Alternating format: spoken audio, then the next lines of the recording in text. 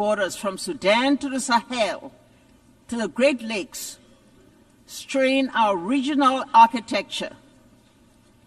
Yet, across Africa, communities stand up to extreme violence. Regional bodies mediate transitions, and women's groups negotiate truces when the state is distant and humanity is near. We have learned hard lessons.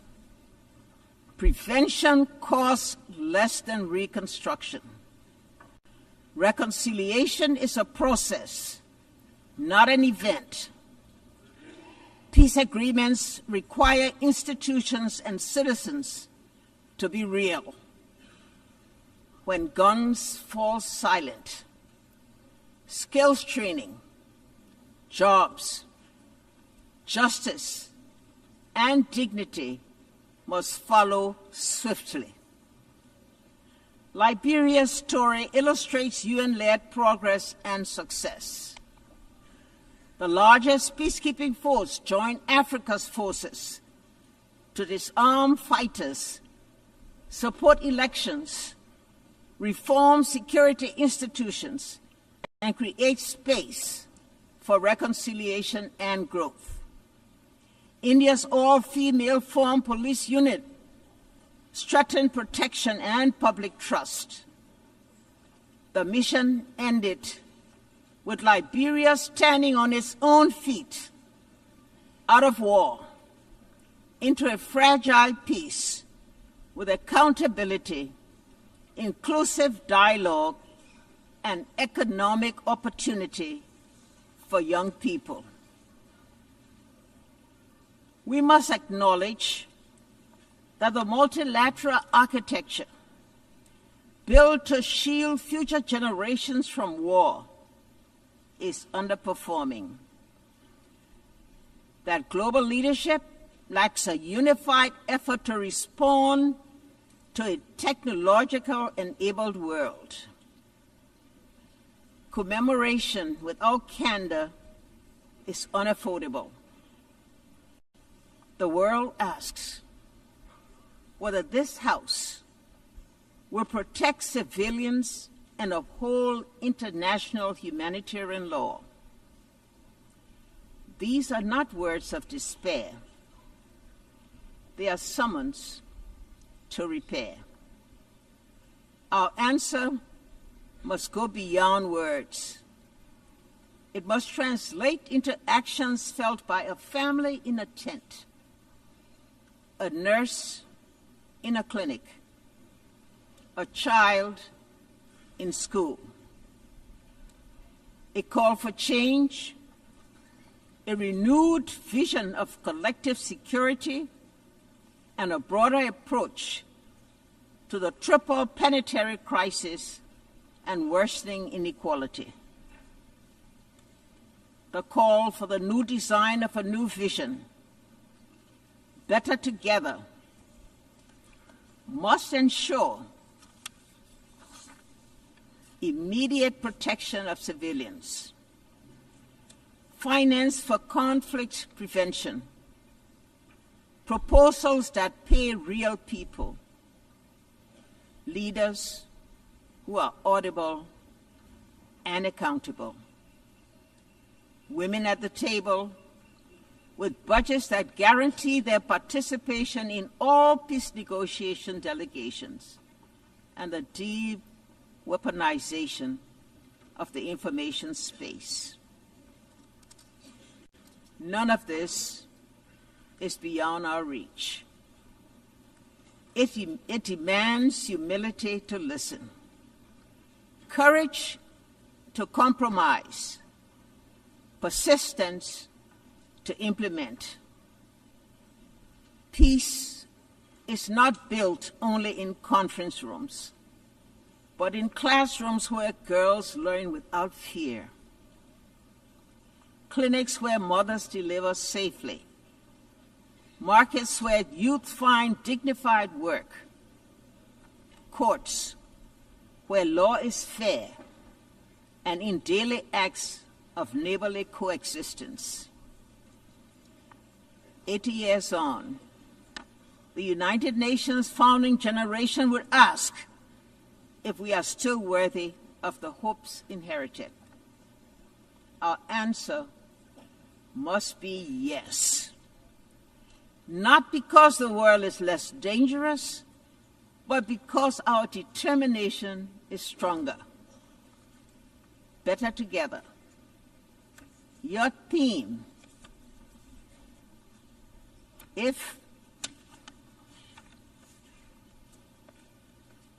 better together, your theme, it must be a strategy. Regional bodies and the UN working together. Civil society and governments co-designing solutions. Women and men sharing power equally. Truth and reconciliation traveling the same road. Let us leave this anniversary with concrete commitments, funded priorities, and a timetable for action.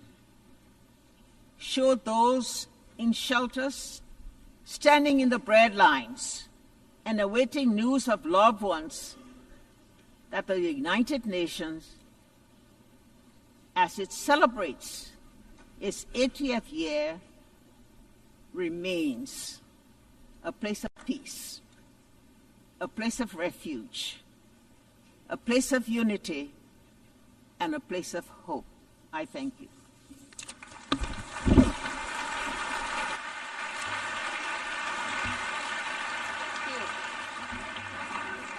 I thank Her Excellency Ellen Johnson Sirleaf for your strong and wise words.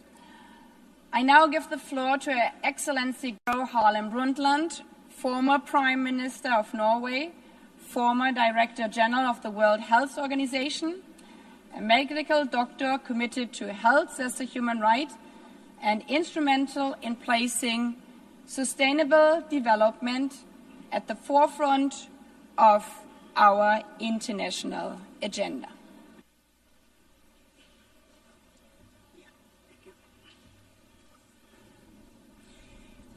Madam President, Secretary General, Excellencies, ladies and gentlemen, it is a great honor for me to address you marking the 80th anniversary of the United Nations. I was born at the cusp of the World War II. My parents were both active in the resistance against the Nazi occupation of Norway, and we had to flee the country. Some of my earliest memories are from Sweden, where my parents worked for Norwegian refugees.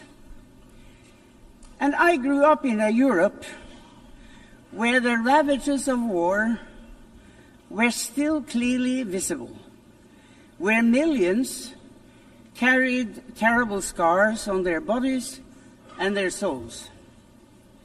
It is against this background that the UN was founded, not as a symbol, but as a solemn promise. A promise to equip humanity with legal and diplomatic tools to prevent wars of conquest and domination. A promise to enshrine universal human rights as a bulwark against totalitarianism, racism, and oppression.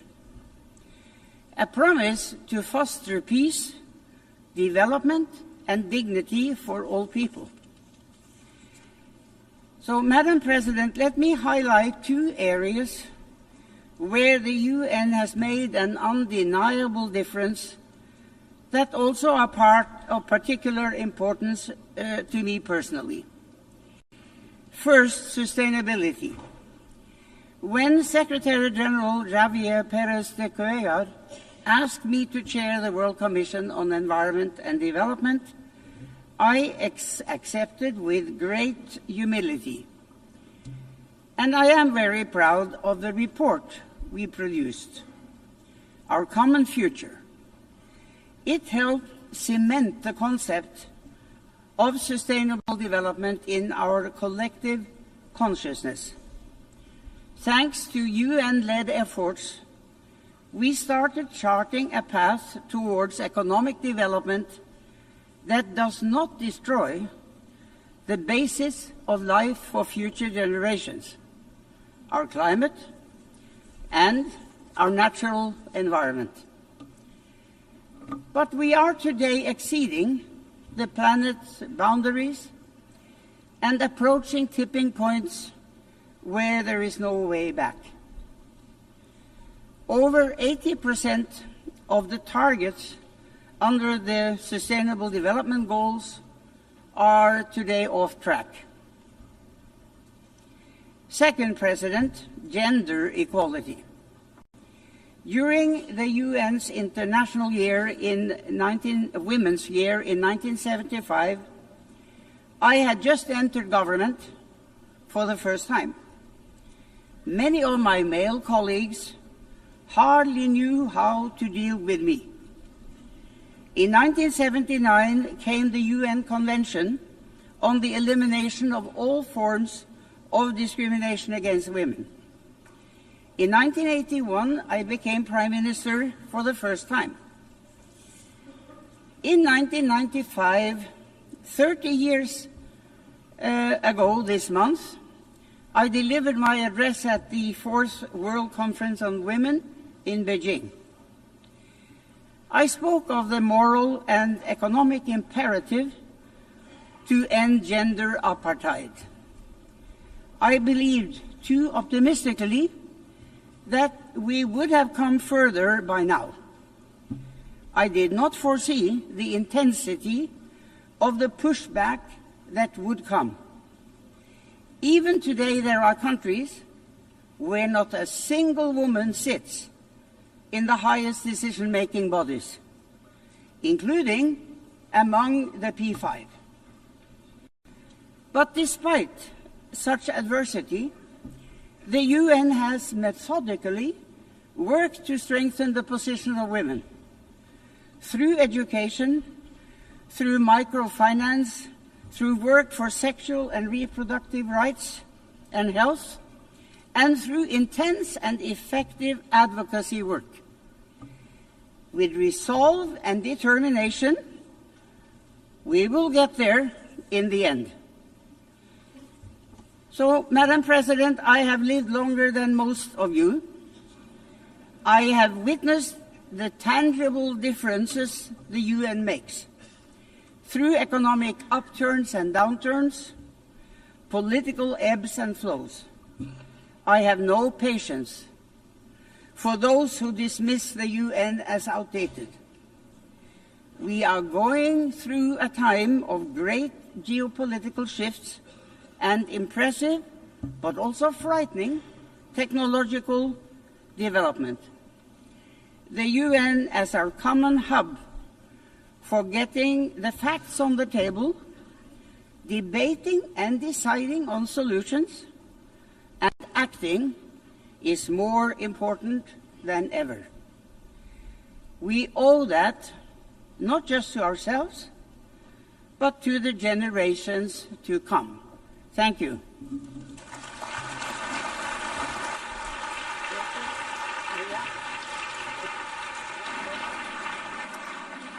I thank Her Excellency Gro Harlem Brundtland for her blunt and powerful words.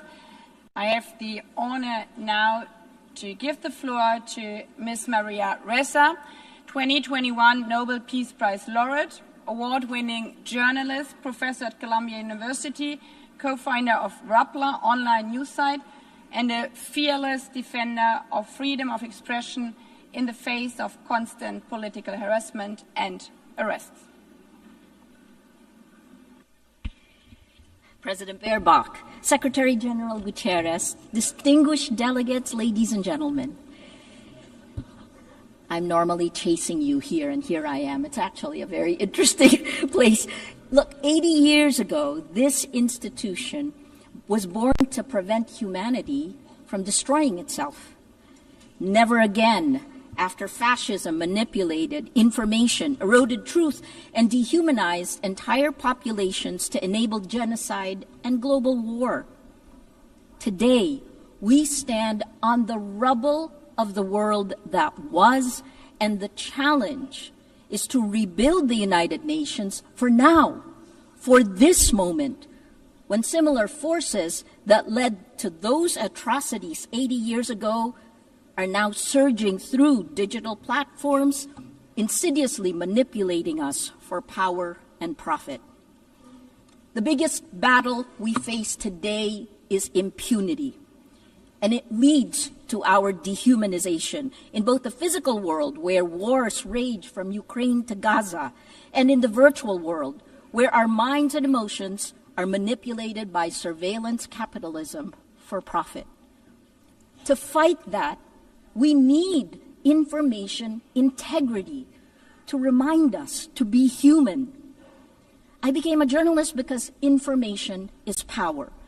But news groups lost our gatekeeping powers when an atom bomb exploded in our information ecosystem, a technological one that's silently destroying the very foundations the UN was built to protect. This is the deadliest period for journalists in recorded history. More than 240 journalists killed in Gaza alone. More than died in World War I, World War II, Vietnam, and the former Yugoslavia combined. This is unprecedented. They're targeted, and there must be accountability. We're living through an information Armageddon, where lies spread 6 times faster than facts on social media. That's a 2018 MIT study. It is so much worse today with generative AI. And the 3 sentences I've said over and over since 2016, without facts, you can't have truth. Without truth, you can't have trust. Without these 3, we don't have a shared reality. We can't begin to solve any problems, let alone the existential ones you heard from the speakers before me. We cannot have journalism. We cannot have electoral integrity. We cannot have democracy. This is manipulation of human behavior at the cellular levels of our countries. Algorithms reward outrage over empathy, spreading fear, anger, and hate, pumping us full of toxic sludge. Regulating technology isn't a free speech issue, it's about public safety. Because, as has been proven time and time again, online violence is real-world violence. As a Filipino, I'm proud that my country was a charter member of the United Nations, one of only 3 Asian founding nations. Our commitment to multilateralism and peace runs deep. But that legacy was tested under the Duterte administration. Among the actions it took, it filed 11 criminal charges against me in a little over a year. Until today, I still need Supreme Court approval to be here. But I'm here.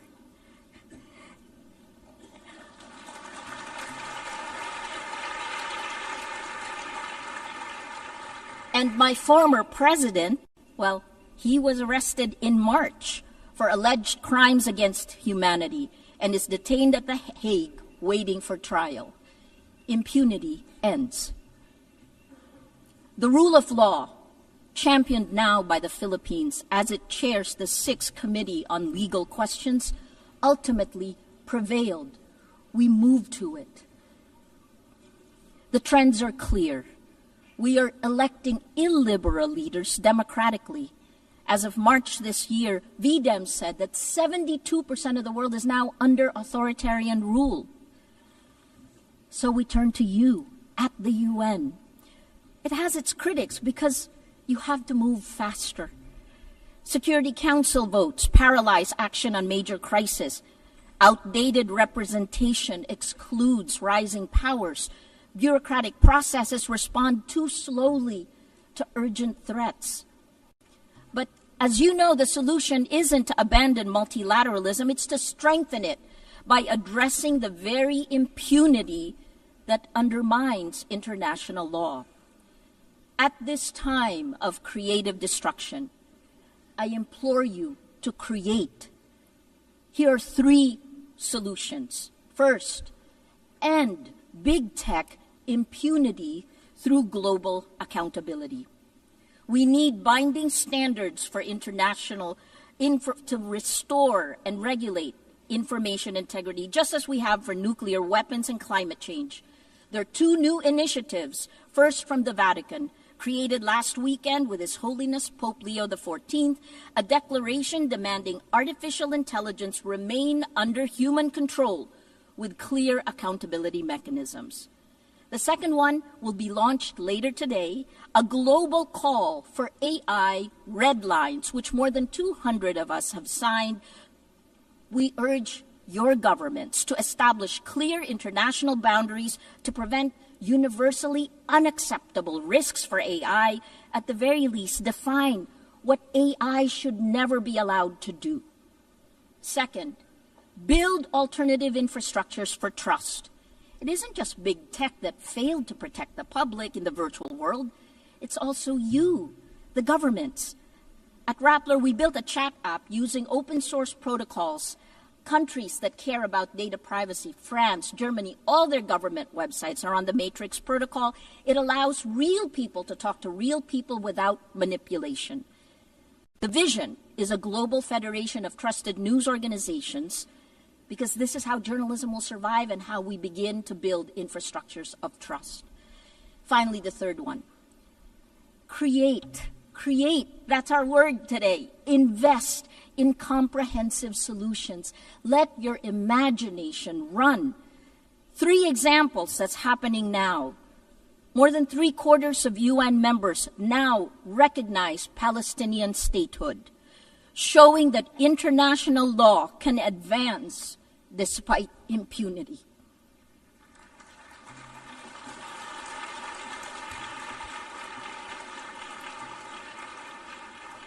On gender, the Nobel Women's Initiative have pointed out, demonstrated that in nearly every conflict around the world, women are leading efforts for peace, defying displacement, patriarchy, gender apartheid, and militarized violence every day. And finally, on Wednesday, Demokrasya Siempre, 20 nations will pledge to strengthen democratic institutions and fight for information integrity. More than 40 Nobel laureates we have gathered together to support this multilateral initiative led by the Global South. Information integrity is the mother of all battles. Win this, and we can win the rest. Lose this, and we lose everything. Please choose courage over comfort, facts over fiction, hope over fear. A lot has changed since the UN was created 80 years ago. But its values, peace, human rights, justice, rule of law, these are more essential today than ever. It is time to create again, to build better. Together, please act now before it's too late. Thank you.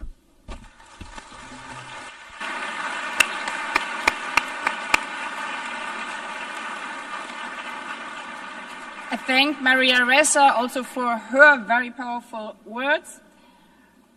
I now invite Ms. Mariam Burka, United Nations Global Advocate for Peace and youth leader, whose work bridges art, activism, championing women's rights, youth empowerment, and peace building, to recite a poem.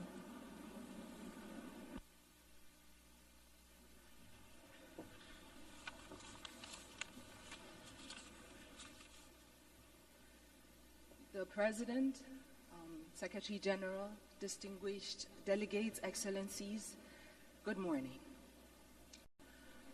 Walking these halls, I realized that the United Nations was not built from harmony.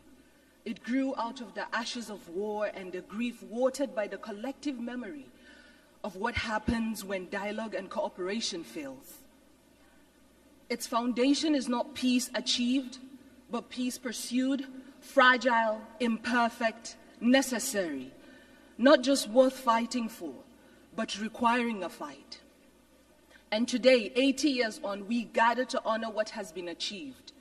Nations rebuilt, walls of division lowered, millions lifted by the shared will. But these are victories worth remembering, but the story is unfinished. The cracks in the foundation calls us to repair, to act, not to retreat. Our world bleeds before our eyes. Children in conflict zones, nations silenced by hunger and war. And it begs the question, are we witnessing the collapse of conscience in real time? Because behind every pact, there are people. Behind every statistic, there is a story. And behind every commitment that we sign, there are lives depending on whether we honor our words or not. And so this is not the time to feel powerless, because yes, hope and despair can coexist in the same breath, because healing is not linear. The United Nations is not a monument, it is a mirror, and it reflects what we have dared to imagine 80 years ago, and today, here, it asks, will we dare again?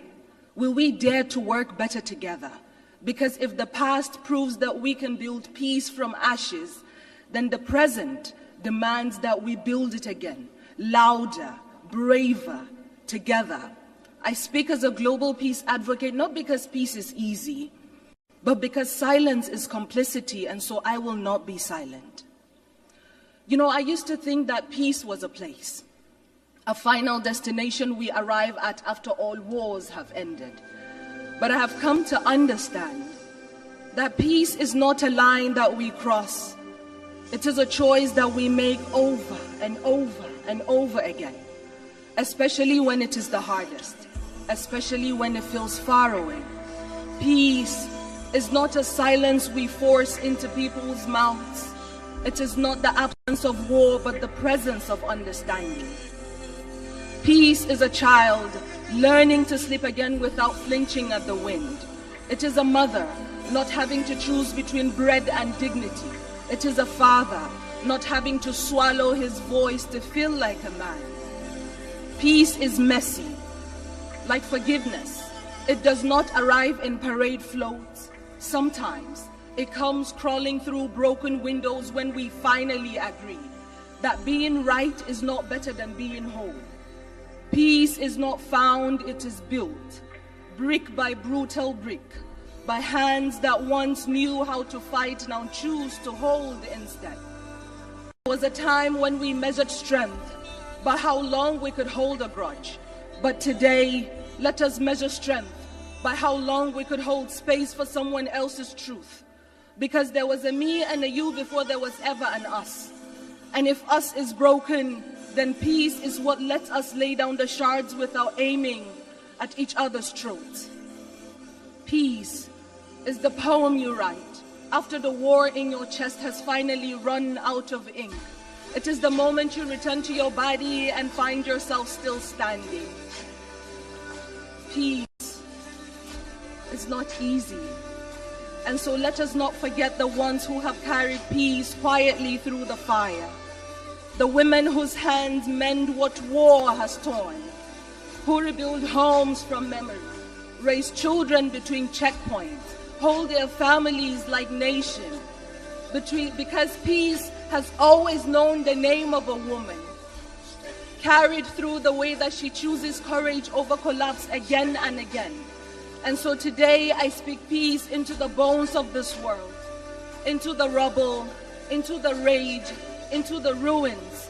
Because if war teaches us how to shatter, then peace must teach us how to stay soft, to stay human. And perhaps what makes us human is not that we always succeed in peace, but that we dare again and again to seek it, refusing to let our brokenness be the end of our story. Thank you.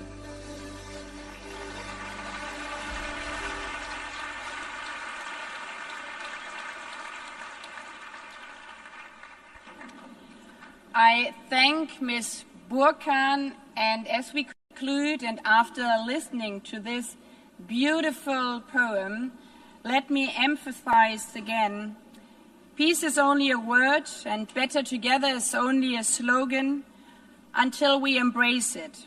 So I invite you to embrace and live up to be better together over this 80th session.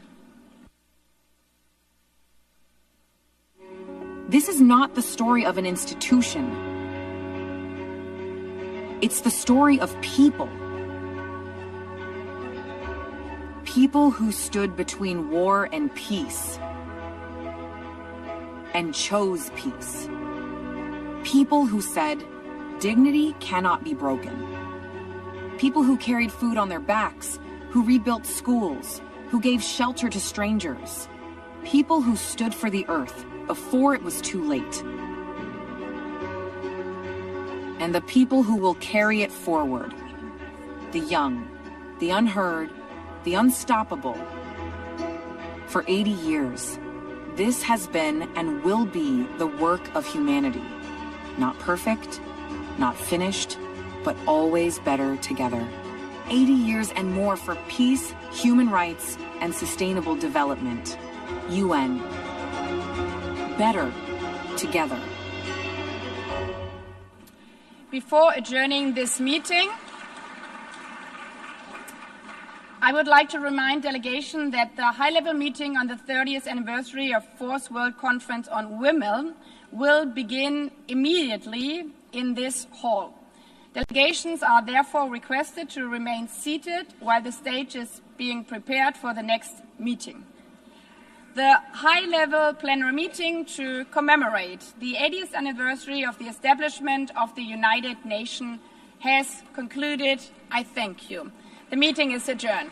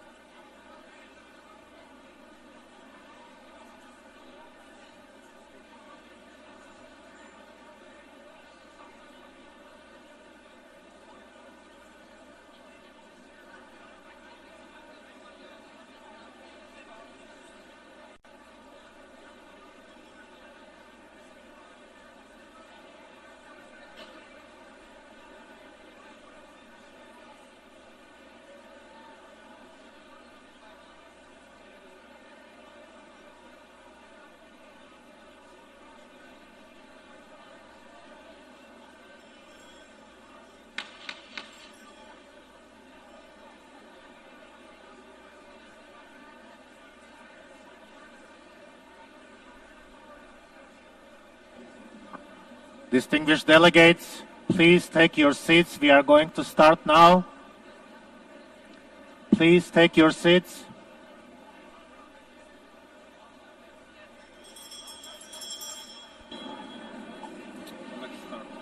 Good morning to those of you who just came into the room, and good to see the others again after our anniversary session.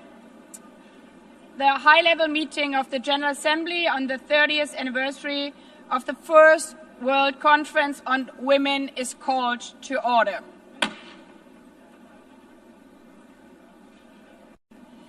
Heads of state and government, Secretary General of the United Nations, Excellencies, distinguished delegates, distinguished participants. I warmly welcome all of you to this high-level meeting convened to mark the 30th anniversary of the Fourth World Conference on Women and to renew our resolve to fully implement the Beijing Declaration and Platform for Action.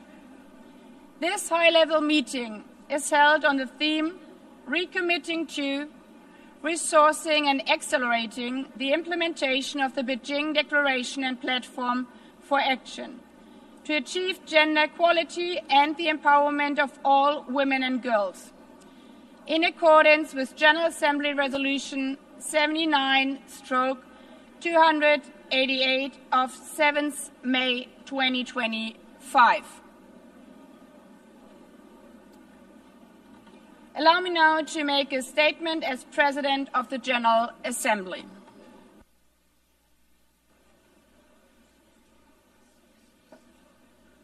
Please take your seats, distinguished delegates.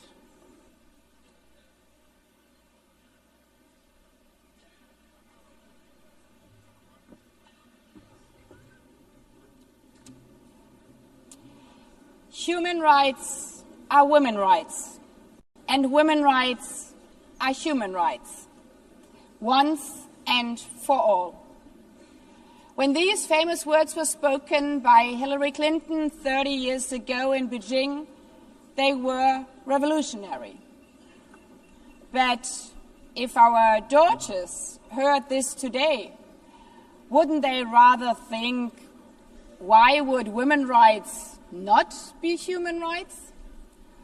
Our daughters who are the fastest sprinter in their high school, our daughters who are CEO of an AI startup, our daughters who have watched their mothers become the first female president of the Marshall Islands, of Namibia, North Macedonia, Peru, of Slovenia or Suriname. All presidents joining us here today. For so many of you, of us here in this room, we hold these positions that when we ourselves were young seemed unattainable, but are now almost normal for the next generation. Because we stand on the shoulders of giants, on the shoulders of women who paved the way forward also for us. Towards a world in which our daughters today regard women's rights, our human rights, as a simple fact, not as something revolutionary. Mr. Secretary General, Excellencies, feminist leaders, ladies and gentlemen, today we celebrate the courageous women who fought for every single phrase, for every single word in the Beijing Declaration. Their fight paid off. The Beijing Declaration was a watershed achievement advancing women's rights, resources, and representation. As Mama Mongella, how she was called, stated in 1995, a revolution has begun. There's no going back. Yet, 30 years later, the revolution remains unfinished. When the phrase "She runs like a girl" is hailed as an insult. When highly qualified CEOs are called diversity hires. When a female world leader is attacked on social media, not for the speech she gave, but for the wrong high heels she wore. That is when we remember how far we still have to go. There's no country in the world where women's rights are fully equal to men. And there are still too many places where even speaking about women's rights is a matter of life and death. Just weeks ago in Afghanistan, after the deadly earthquake, women and girls were left trapped in rubble as male rescuers were forbidden from touching them. As one survivor said, "Being a woman here means we are always the last to be seen." We see this also in Sudan, where the brutal civil war between two generals is literally being fought over women's bodies. I still have her voice in my ear when one mother told me, while I was sitting with her in a refugee camp, that she wishes that they all would have been simply killed instead of having to see her daughters being raped over and over again. This year alone, demand for life-saving post-rape support in Sudan increased almost 4 times. And this is no exception. 1 in 3 women globally will experience sexual violence at some point in her lifetime. 1 out of 3. This is us. And these battles extend to family planning. UNFPA estimates that today a quarter of women are unable to make decisions about their own health care, and roughly half of all pregnancies are unintended. Delivering on Beijing, on this revolution, means also that no male politician, judge or religious leader should dare to tell our girls what to do with their bodies, because they are human beings, not property. It's our. In this regard, I'm honored we are joined by our first guest speaker, Cecilia Suarez, who is using her platform to speak out against this scourge in Latin America and the Caribbean, affecting as many as 76% of women in the region. But even in the darkest hours, women are not victims. They are survivors. They are heroes. And it's an extreme honor that we will also hear from our guest speaker, Nadia Murad, Nobel laureate, a hero who not only survived the unthinkable crimes of ISIS, but gave Yazidi women a voice and by that defeated a terrorist organization. Women like Nadia Murad remind us that women's rights are not only human rights, but human rights are the best weapon for peace. Excluding women peace builders doesn't just reduce the possibility of peace, it undermines its very foundation and longevity. Therefore, we are celebrating today not only Beijing, but also 25 years of Resolution 1325 on women, peace and security. Excellencies, Beijing and Resolution 1325 promised not only rights, but also resources. And there, the revolution has barely begun. At the current rate, reaching economic equality will take 123 years. But women's economic empowerment is not just about doing a favor for women, but a favor for every society, every economy. As they say, it's economics, stupid. Closing the gender gap would increase global GDP by $7 trillion US.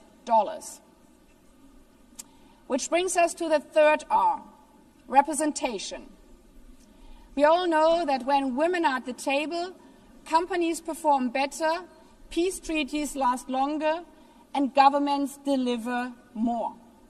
Their presence is power. Yet, in this hall of principles, last year, fewer than 10% of speakers during high-level week were women. And out of all 80 presidents of the General Assembly, I'm only the 5th woman. Not even speaking about the Secretary General, where in 80 years we have never had a female SG. This is not just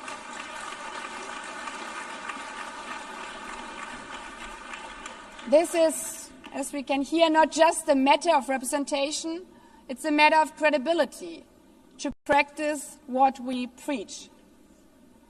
But it's not only who is leading, it is how we lead. Leadership means collaboration. The theme of this 80th session overall is better together. A motto which also guided Beijing, where so many women came together in networks like Femnet, led by Memory Kachamba, a guest speaker here also today.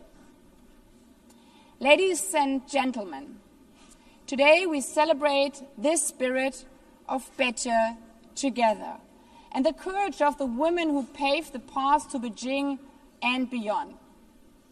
But tomorrow we go back to work. As female presidents, as male presidents, as Olympic sprinters, as CEOs, as ordinary mothers and daughters. And just in case, while finishing the revolution from Beijing, we might hear that contemptuous phrase, "you run like a girl," we should remember what little girls all around the world would do. Exactly that. Proudly run like a girl, fast as hell, even in high heels, showing that women's rights are always human rights, that they are our rights, our future.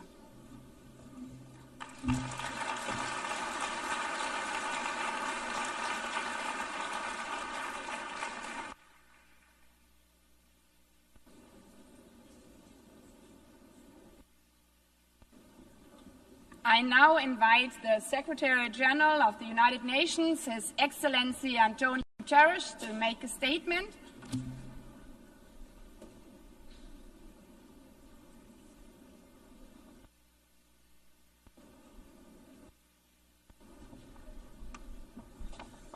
Madam President of the General Assembly, Excellencies, dear friends. 30 years ago, the world came together to affirm that the rights of women and girls are not separate, secondary, or negotiable. They are human rights. The Beijing Declaration and Platform for Action is the most ambitious global political commitment on women's rights ever achieved. And it has helped to power advances in some critical areas: legal protection, political participation, education, maternal mortality, recognizing the need to tackle violence against women as a global priority, and more. But progress has been slow and uneven, and no nation has achieved full equality for women and girls. Sustainable Development Goal 5, gender equality, is lagging far behind. Hard-won gains are now under attack. Meanwhile, conflicts and climate disasters are multiplying, and the human rights of women and girls are casualties of both. Cultural and structural barriers remain entrenched, and technology is spreading hate like a virus. A wave of misogyny is rolling across the world. Let us be clear. Equal rights and opportunities are not partisan issues. They are global imperatives and the foundation of peace, prosperity, and progress. Excellencies, dear friends, in every region, every country, every community, women and girls are fighting for their rights, demanding freedoms, combating abusive practices, rallying for legal protections, and organizing to take their rightful place at the table in decision-making and peace processes. And the United Nations stands with them. All leaders should do the same, by speaking out for the rights of women and girls, by making clear that tradition cannot excuse oppression, and by doing everything possible to realize the vision of the Beijing Declaration. Excellencies, dear friends, early this year, countries took an important step forward. The Commission on the Status of Women adopted a new political declaration committing to implement the Beijing Declaration and Platform for Action fast and in full. So now all countries must live up to that responsibility. We need strong, visible support at the highest levels and concrete plans backed by real investment. To support women's organizations, services and solutions, to deliver the Beijing Plus 30 action agenda, to advance socio-economic empowerment, to defend women's rights, and to confront a challenge that was barely imagined 3 decades ago. Artificial intelligence is reshaping our world, but the transformation is unfolding in an industry dominated by men, shaped by biased data, and driven by algorithms that frequently reinforce discrimination. We must confront violence and online hate and ensure that technology serves equality, not exclusion. And that includes a priority in investing in women and girls' education in science, technology, engineering, and mathematics. Because women's participation in decision-making on this issue and every other, it is not a gift, it is a right. It strengthens societies, enriches debate, and boosts equality across the board. We must remove systematic obstacles to equality for women and girls. From discrimination to unequal pay and inequality before the law. We need universal ratification of the Convention on the Elimination of all forms of discrimination against women. Excellences, enfin, nous devons prendre des mesures proactives pour assurer la participation des femmes à la prise de décision à tous les échelons. Ici, aux Nations Unies, grâce à des efforts soutenus, nous avons atteint et maintenu la parité homme-femme parmi les cadres dirigeants. And allow me a brief explanation on this. Some think that we had to bend the rules in favor of women to reach parity. Totally wrong. The only thing we did was to guarantee that there was effective equality opportunities for women and men, and that the selection processes had not a misogynist bias. And the result was parity at the level of the high direction of the United Nations. Nous poursuivrons nos efforts pour parvenir à la parité dans l'ensemble de l'organisation, guidée par notre plan d'accélération pour l'égalité des genres. Excellence, il y a 80 ans, la Charte des Nations Unies affirmait l'égalité des droits entre les femmes et les hommes. Il y a 30 ans, la déclaration de Pékin consacrait les droits des femmes comme des droits humains. Aujourd'hui, dans cette enceinte, nous devons entendre comment nous comptons transformer ces ambitions en réalité. Faites entendre vos engagements, présentez vos plans. Ensemble, réalisons l'égalité pour les femmes et les filles, une égalité dont notre monde a tant besoin. Je vous remercie.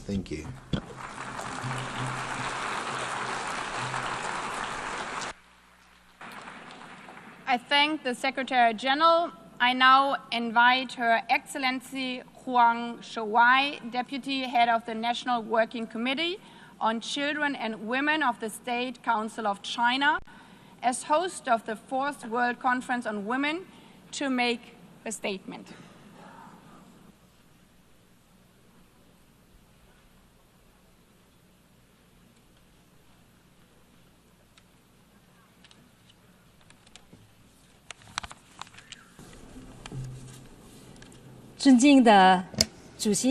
Distinguished Madam President, distinguished colleagues,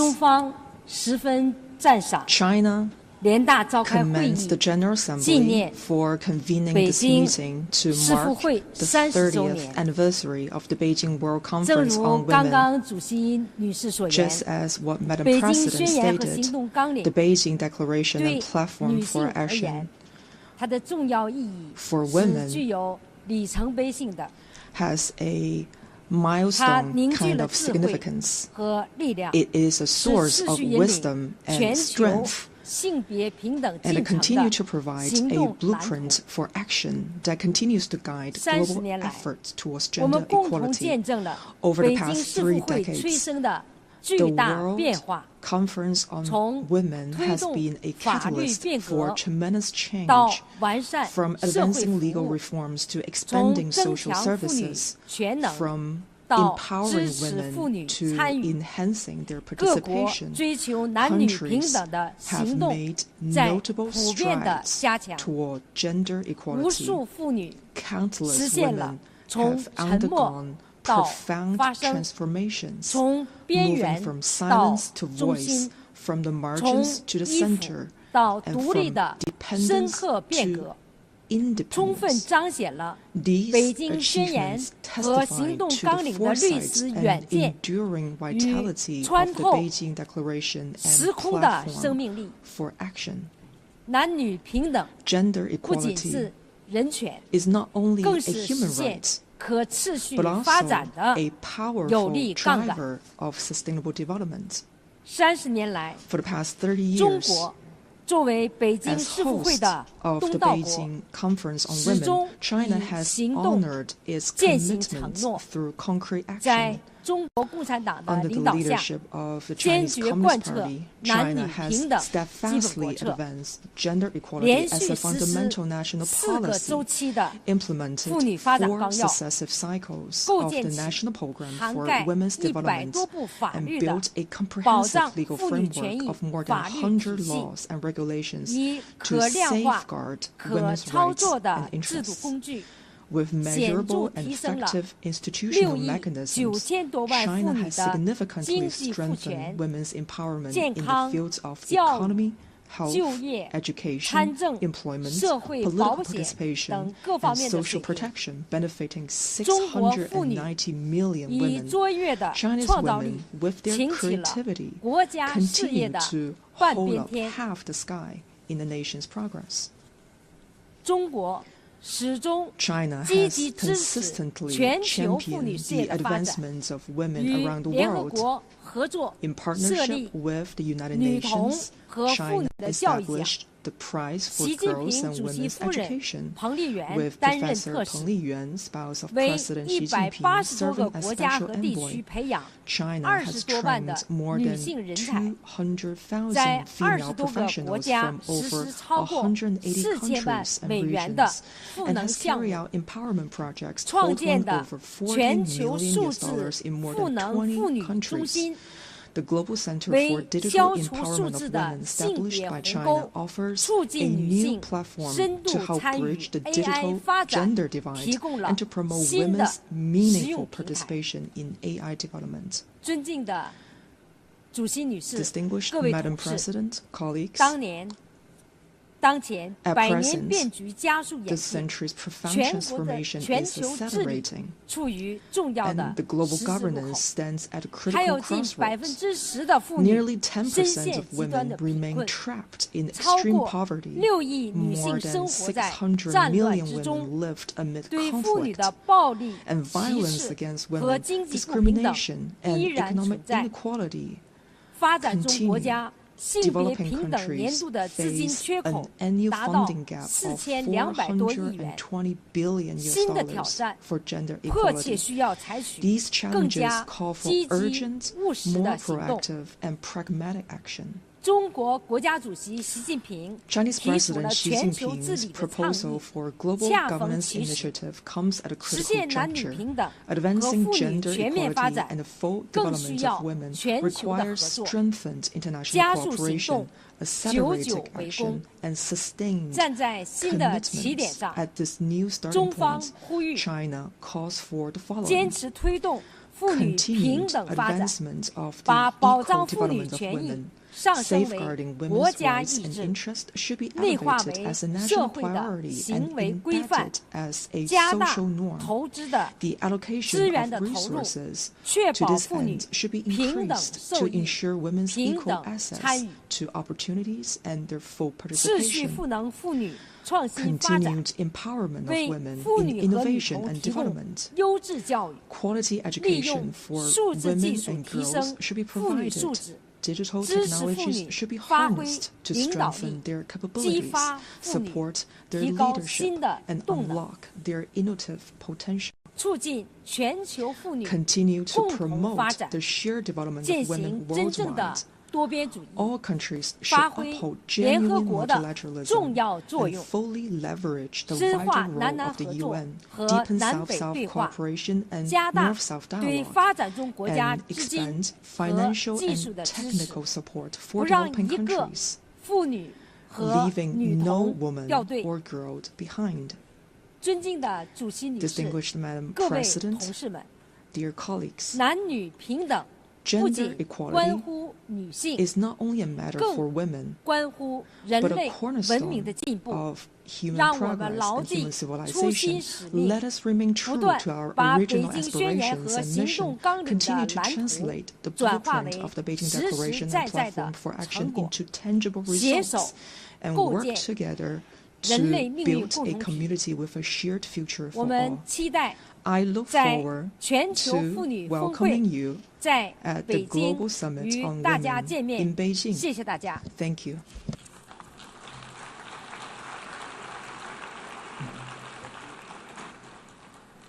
I thank the Deputy Head of the National Working Committee on Children and Women of the State Council of China.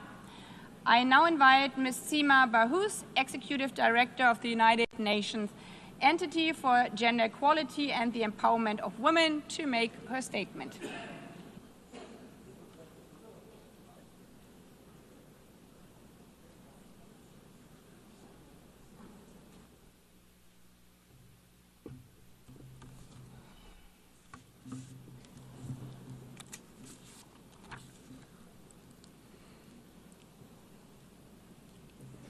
Madam President of the General Assembly, Secretary General, distinguished heads of state and government, Your Majesties, ministers, excellencies.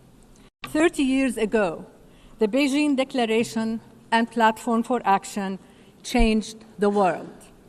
It brought the UN Charter's principles and promises to life for women and girls: human rights, dignity, equality. To this day, the Beijing Declaration remains the most visionary, groundbreaking, and far-reaching global agenda for gender equality and women's rights. And it has delivered. Today, girls are far more likely to finish school than any other moment in history. Maternal deaths have nearly halved. The number of women in parliament has more than doubled. And nearly every country has laws to end violence against women and girls.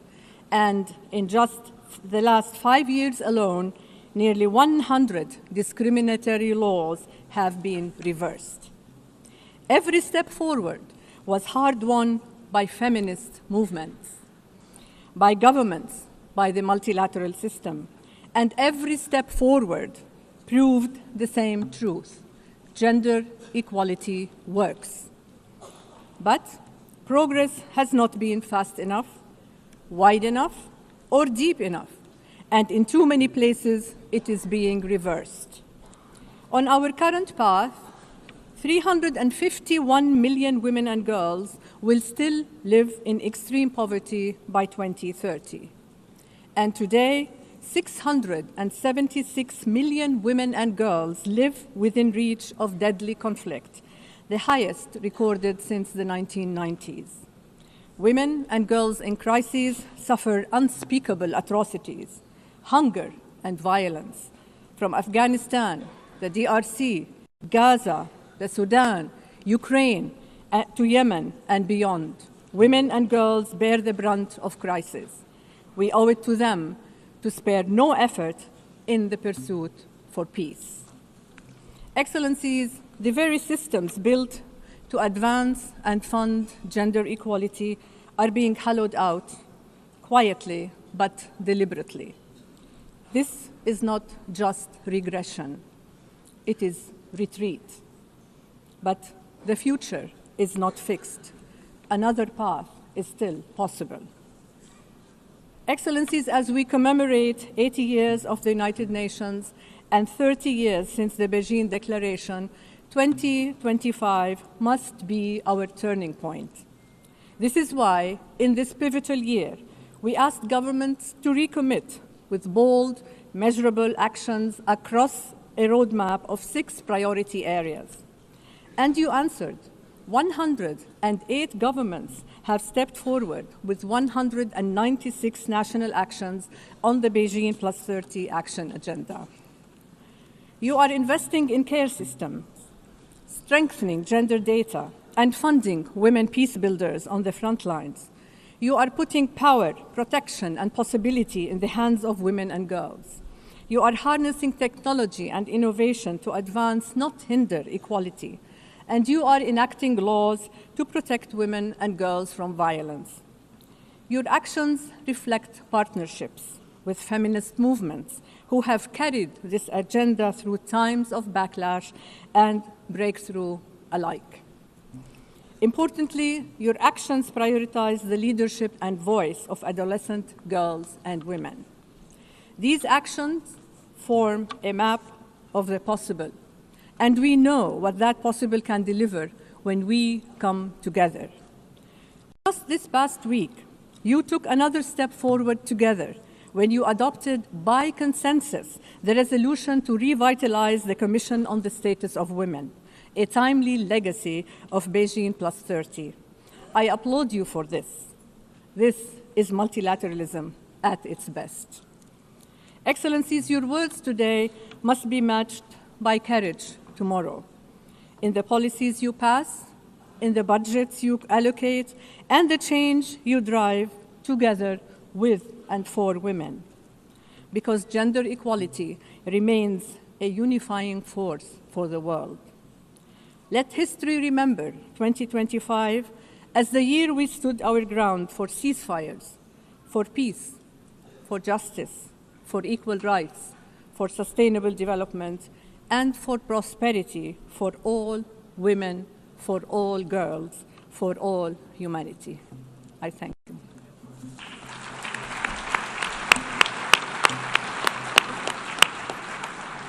I thank the Executive Director of the United Nations Entity for Gender Equality and the Empowerment of Women. I now invite Ms. Dean Keita, Executive Director of the United Nations Population Fund, to make her statement.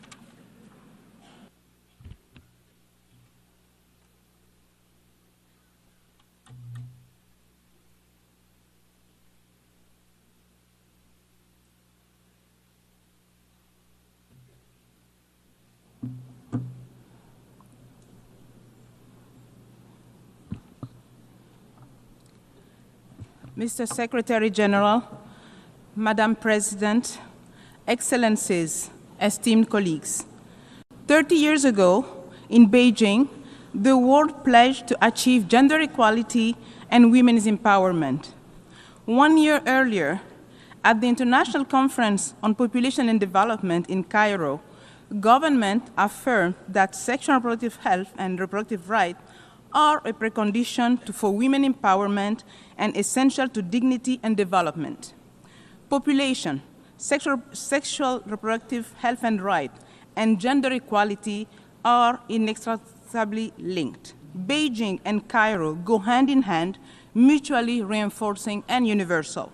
Today, we gather not only to commemorate, but also to thank the member states for their effort. While significant progress has been made, it is fragile. Too many women still die giving birth.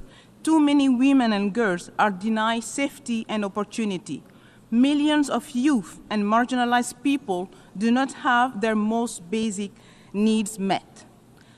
And new threats are rising: climate change, increasing conflict, digital world where technology, including artificial intelligence, can be fabulous opportunities when used properly, instead of being weaponized against women and girls. Demographic shifts are reshaping societies. Rapid population growth in some regions, aging in others, rising migration, systems are strained, inequalities deepen, reproductive rights come under threat. Excellences, je m'adresse à vous aujourd'hui en tant que nouvelle directrice exécutive de UNFPA. J'assume cette responsabilité avec humilité et détermination, déterminée à protéger les acquis, à défendre haut et fort les droits humains, à aller plus loin ensemble, afin que les promesses faites à Beijing et au Caire soient enfin tenues. Le Fonds des Nations Unies pour la population se tient à vos côtés, aux côtés de nos partenaires des Nations Unies, de la société in the United Nations, civil society, and particularly women's organizations and networks as they continue their tireless work to promote the rights and choices of women and girls in all their diversity. UNFPA's contribution to these efforts is unique. As a public health and population agency, we work to ensure that every woman and girl can live free from violence and decide freely on her future. Sexual and reproductive health and rights are the foundation of equality in our society, the best investment in the better, fairer world envisioned in the 2030 agenda. Honor Beijing and Cairo with urgent action. Under our Secretary General leadership, we look forward to delivering as one with our sister agency on the ground. Let us recommit to do better together and make sure that no woman should die while giving life. Let's invest in right and choices, the foundation of justice, prosperity, and peace. Merci. Merci.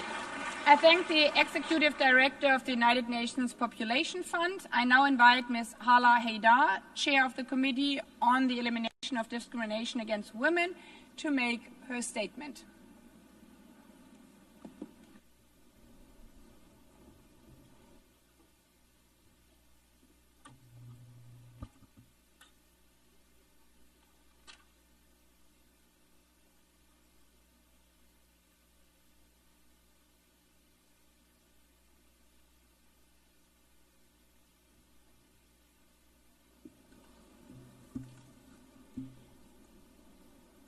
Madam President of the GA, Mr. Secretary General, Excellencies, ladies and gentlemen, 30 years after Beijing, it must be said loud and clear, gender equality is not a favor.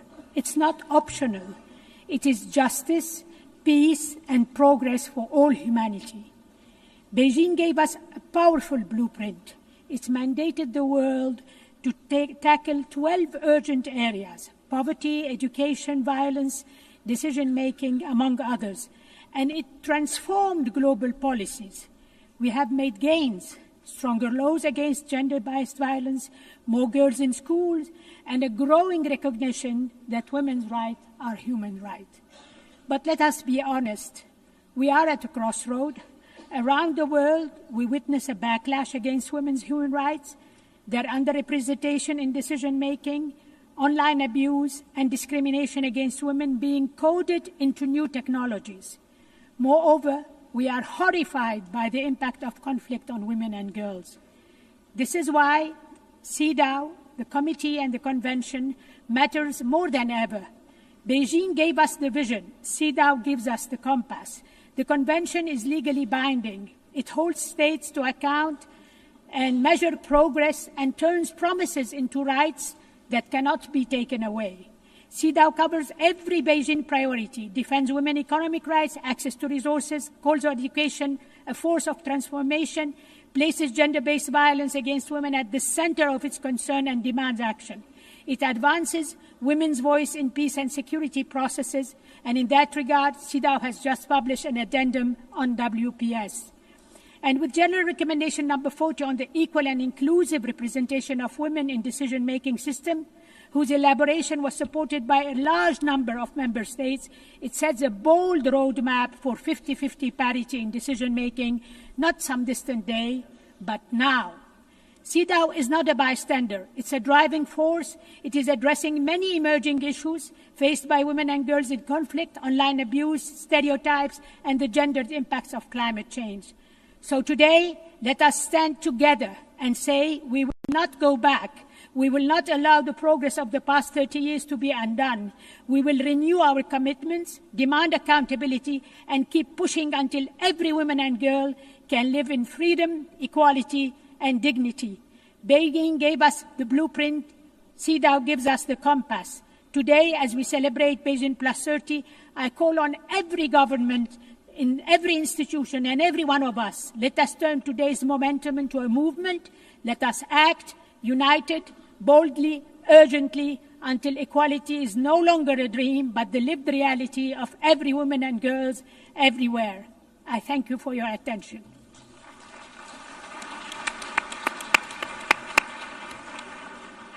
I thank the Chair of the Committee on the Elimination of Discrimination Against Women. I now invite Ms. Claudia Flores, Chair of the Working Group on Discrimination Against Women and Girls, to make a statement.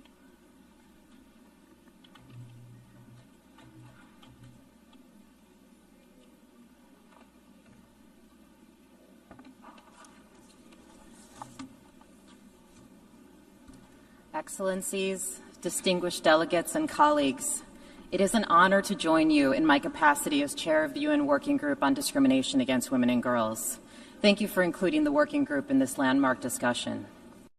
As we reflect on and reaffirm the Beijing Declaration and Platform for Action, we have both an opportunity but also a responsibility. We celebrate the gains of the last 30 years, recognizing that these victories, above all, belong to the brave women and girls human rights defenders who have pressed forward in the face of great restraints and risk. We also acknowledge the important progress achieved by member states in partnership with diverse stakeholders.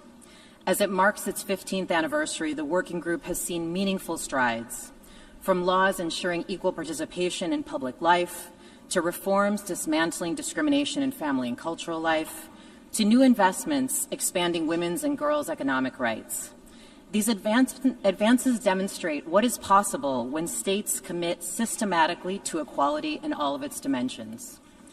Yet, we must also confront the reality that alongside this progress, and perhaps in response to it, a troubling wave of backlash threatens women and girls' rights worldwide, including challenges to the very concept of gender as the social and cultural norms and power relations we have built around sex.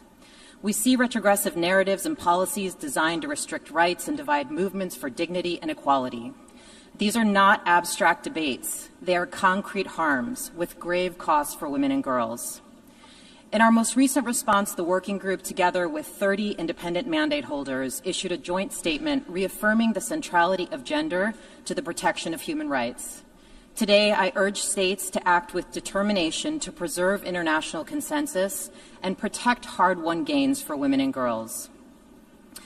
At the same time, we also recognize that these moments of challenge can be moments of opportunity. The working group remains committed to supporting states and stakeholders in advancing substantive gender equality as articulated in CEDAW. This year, through its forthcoming report on artificial intelligence and through the CREATE framework presented in its latest guidance, this framework offers a holistic and inclusive pathway to counter the gender backlash and to foster the transformation needed for a global community truly rooted in human dignity. Excellencies, while we celebrate the achievements of member states, civil society, the United Nations, all who are gathered here, we must also confront urgently and honestly what it will take to achieve gender equality. We can't afford another 30 years of effort only to see progress unravel. What is needed now is investment and political will to hold the line, the clarity to find ways forward amidst mounting challenges, and the integrity to trust women and girls as they continue to lead the way. Thank you.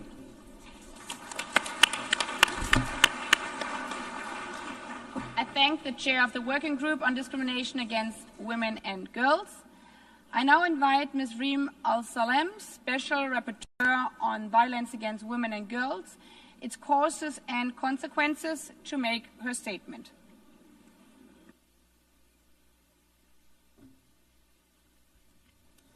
Madam President of the General Assembly, Mr. Secretary General, Excellencies. 30 years ago, the Beijing Declaration and Platform of Action, the BDPA, gave the world a visionary blueprint that recognized the structural, societal, and individual causes of violence against women and their consequences.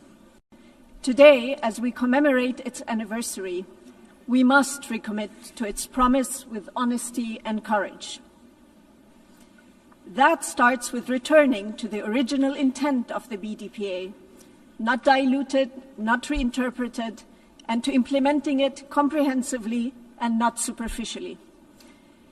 Let me highlight 6 commitments that are especially urgent and pertinent today.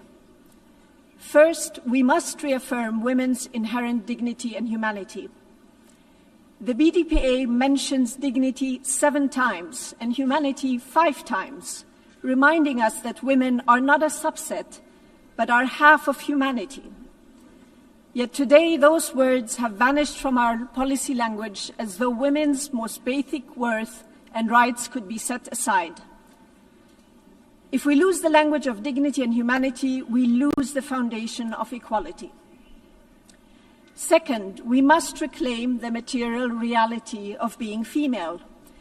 The BDPA references the term sex or a derivative of it 176 times, recalling that all major human rights instruments prohibit discrimination on that basis. And yet, 3 decades later, the architects of the BDPA would be in disbelief to learn that stating this truth is branded by some as hateful, outdated, and regressive. Third, we must confront the rampant commodification and objectification of women and girls. Their bodies, their sexuality, and even reproductive functions have been turned into products for the sale and purchase, creating patriarchal entitlements and control, both online and offline. The BDPA was gravely and rightly concerned with this exploitation, particularly of prostitution and trafficking for sexual exploitation, and urged states to prosecute those who profit from it. Today, we must finally heed that call. Fourth, the BDPA identified aggression, colonialism, and foreign occupation as causes of grave violations, ethnic cleansing, genocide that fall within cruelty on women and girls. While governments stand idly by, women and girls, particularly in Palestine and in Afghanistan, are being intentionally and systematically targeted and destroyed. These atrocities and the impunity granted to their perpetrators expose the profound hypocrisy of governments who claim to defend women's rights while turning a blind eye to their annihilation. Fifth, the BDPA demanded accountability. But instead of an increased access to justice, we are seeing the opposite, on several fronts undermining rights hard won. Perpetrators of rape, trafficking, war crimes, and genocide walk free, flaunting their impunity while some governments boast of their support to them. And finally, the BDPA warned against excessive military spending, recognizing that militarization fuels violence against women while draining resources from peace, women empowerment, and ending violence, as well as social justice. Yet today, the global arms race intensifies, leaving women and girls to pay a hefty price. Excellencies, 30 years ago, states believed this agenda was achievable. If this was possible then, it is possible now, not as an act of charity, but as a necessity and undeniable right for women, for half of humanity. That half is watching, and that half will hold you to account. Thank you. I thank the Special Rapporteur on Violence Against Women and Girls, its causes and consequences. I now invite Cecilia Suarez, UN Global Advocate for the Spotlight Initiative, to make her statement.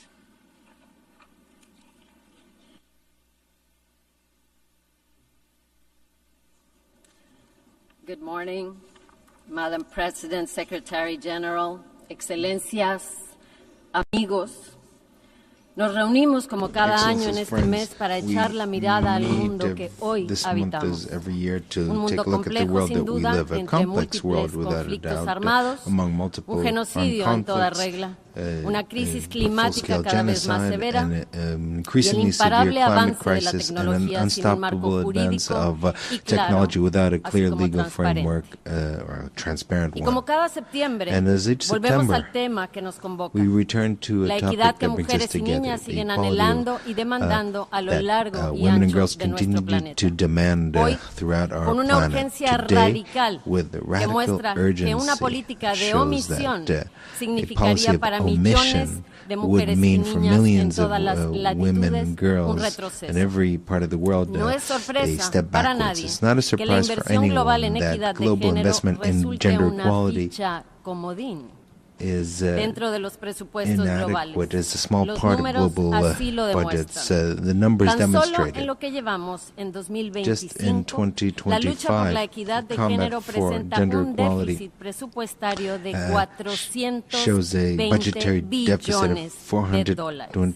En contraste, la inversión global en gasto militar asciende a $2.718 billones. Y escúchenlo bien, 2.718 billones en armamento y guerra frente a un déficit de 420 billones en equidad de género. Es decir, el mundo hoy prefiere gastar 6 veces más en prepararse para el conflicto que en impulsar y salvaguardar a la mitad de su población, quienes, por cierto, también construimos economía. La pregunta inevitable es, ¿qué hemos normalizado para creer que tener los medios de destrucción es más importante que garantizar el desarrollo y las oportunidades de mujeres y niñas? ¿Hasta cuándo seguiremos pensando que se nos puede dejar vivir como ciudadanas de segunda? La pregunta puede sonar ingenua. La guerra es un negocio, pero también lo es invertir en desaparecer aquello que mantiene a la mitad de la población, las mujeres, lejos de su verdadero potencial dentro de nuestras sociedades y, a su vez, restringir el crecimiento de la sociedad en su conjunto. Y lo volveremos a decir. Se tiende a ver y entender esta brecha como algo que oprime, aflige y alcanza únicamente a las mujeres. Pero no nos equivoquemos. Preguntémonos, ¿qué es lo que realmente pierde un hombre cuando es educado y adoctrinado en el aparente privilegio de su masculinidad? ¿Qué es lo que tanto tememos sea visto y reconocido en ellos? La duda, la ternura, su verdadera fragilidad o su capacidad para sentir. Podría también mencionar que el 90% de las organizaciones trabajando en pro de las mujeres han sufrido recortes financieros durísimos este año. La situación es crítica. Por lo mismo, seré muy concreta. Se necesitan recursos, reformas y liderazgo. La iniciativa Spotlight ha demostrado con sus mecanismos, programas y marcos jurídicos que es posible obtener resultados positivos y concretos en esta lucha. Es liderazgo lo que se requiere de quienes hoy están aquí. from those who are un gathered liderazgo que here, impulse reformas leadership y that que con fosters hechos reforms, se and that comprometa a invertir with conscientemente facts en la makes it lucha possible por la igualdad. to truly Por invest último, in the fight for a los equality, with escépticos actions rather. les pregunto, And como para priorizar actos de passage, destrucción frente al camino del avance colectivo donde todas truly y worth todos investing in avancemos destruction juntos. instead of investing Piénselo. in efforts that Thank make you. us all progress together. Thank you. I thank Ms. Suarez, and now I invite Ms. Memorio Kanshamba, Executive Director of the African Women's Development and Communication Network, to make a statement.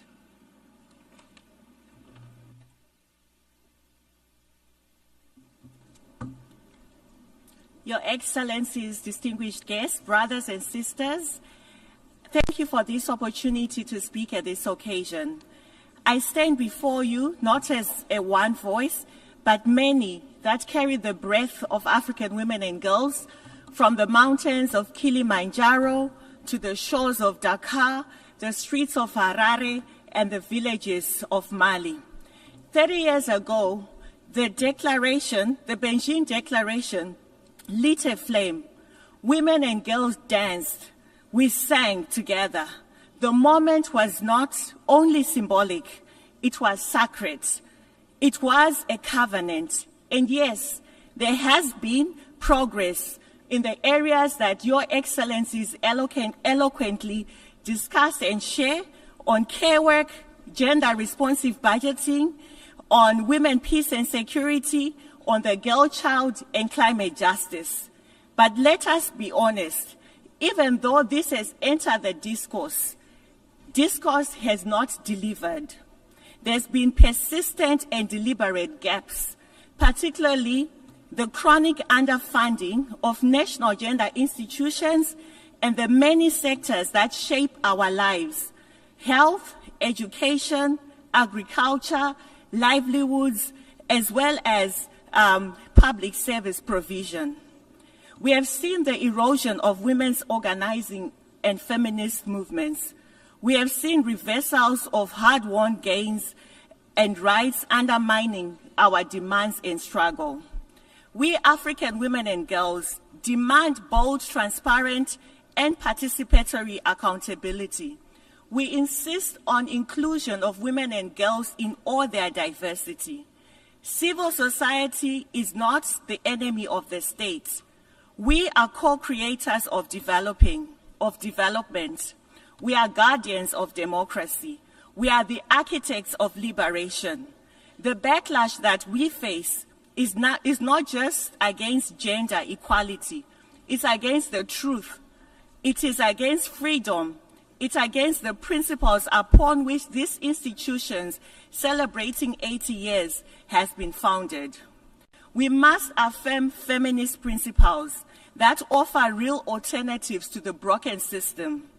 Ubuntu, our shared humanity and interdependence, reparative justice for colonialization, debt, and climate harm.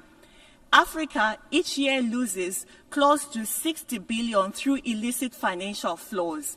These are funds and resources that can make a huge impact on women's rights and gender equality.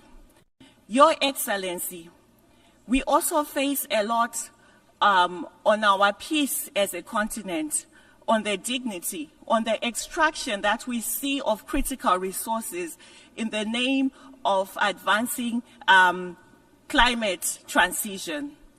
We see systematic violence. 80 years of the United Nations, we must not still be debating the relevance of gender equality and women's rights. Not in this generation, not after 30 years of Beijing, not after decades of the struggle. Women and girls deserve a life free of violence, free from the misogyny, free from the technology-facilitated violence that we see. Women and girls deserve to live and to thrive in dignity and joy. UNGA 80 must rise to this moment of reckoning and make bold, unapologetic resolve To fund gender equality and women's rights, it is non-negotiable. Thank you.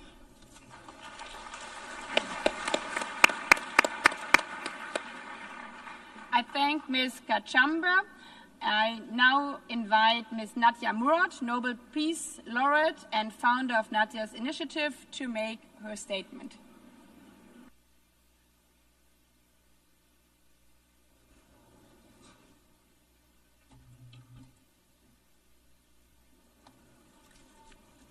Thank you, Madam President, for your commitment to advancing the rights of women and girls globally.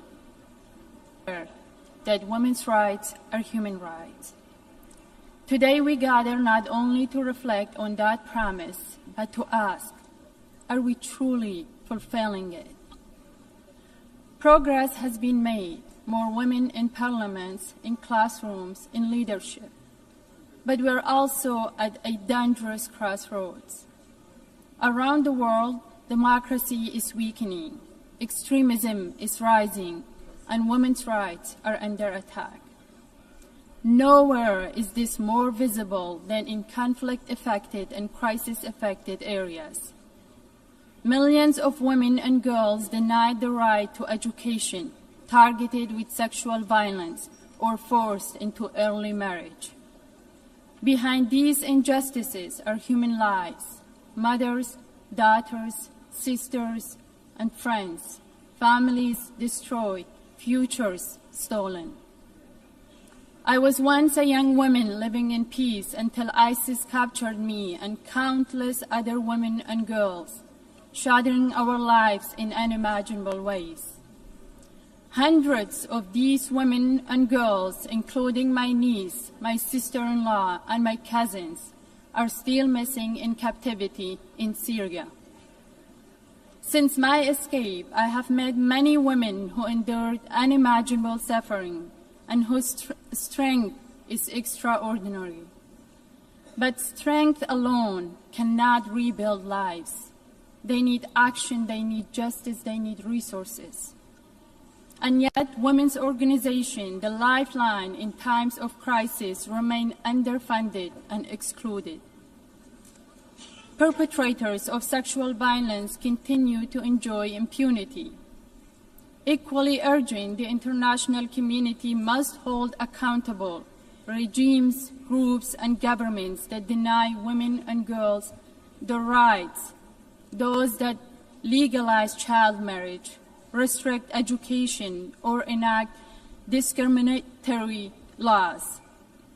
Justice must extend beyond individuals to the system and structures that perpetuate inequality. If we are serious about the Beijing Platform for Action, then we must do three things. Fund the women's organizations on the front lines, guarantee women's full participation in peace and security, hold perpetrators and oppressive systems accountable, because impunity should never be an option. These are not just policies, they are promises we owe it to every woman and girl. Sustainable peace is impossible while half of humanity's population is silenced or targeted with violence. 30 years after Beijing, reflection is not enough. We must accelerate. The next generation of women and girls deserve to inherit no more promises, but the reality of equality, justice, and dignity. Thank you.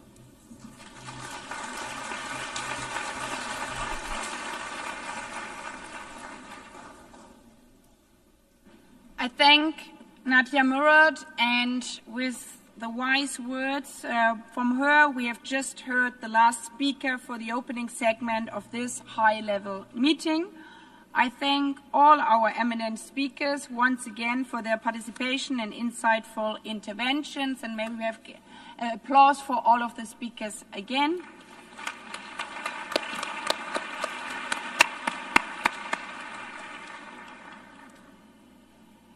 Heads of state and government, ministers, excellencies, distinguished delegates, distinguished participants. We shall now hear statements in the plenary segment in accordance with paragraphs 1 and 3b of General Resolution 79/288. Before giving the floor to the first speaker, I would like to inform delegations that we have a very, very, very long list of inscriptions, which shows the commitments. But in order to enable the high-level meeting to hear from as many delegations as possible in the limited time, all speakers are requested to adhere to the 3-minute time limit for statements in the national capacity and 5 minutes for statements made on behalf of a group of states. Delegations are advised that the limit for time statement will be strictly enforced, and I would like to underline that. The microphones will be automatically muted once the speaking time has elapsed. Having said this, I would appeal to all speakers to deliver their statements at a reasonable pace to facilitate interpretation. Today, we celebrate the work and advocacy of many pioneers at both political and intergovernmental levels in bringing the cause of women's empowerment and gender equality to the center of the global agenda. Madam President, as I pause to reflect on the role of women in Suriname, I can conclude that women of my country historically have always been on the forefront in the fight for freedom, justice, and economic development. Suriname remains committed to the Beijing Declaration and has made gradual progress in strengthening legislation, advancing gender-sensitive policies, and implementing programs to address persistent inequalities. Persistent challenges such as economic disparities, gender-based violence, and underrepresentation of women in leadership. These must be addressed with renewed urgency and vigor. We also face new and have to address new challenges, like the negative influence of social media on the self-image of many girls and young women. In closing, Madam President, Suriname reaffirms its unwavering commitment to advancing the rights, empowerment, and full participation of women and girls in every aspect of life. As a priority action, my government commits to further improve access to STEM education for girls and the protection of women and girls against gender-based violence. Advancing gender equality means progress in achieving sustainable development for all. Working as equals, living as equals, as women and men, we are better together. Thank you. I thank Her Excellency, and again, congratulations for being the first of your kind, the first female president of Suriname. Congratulations.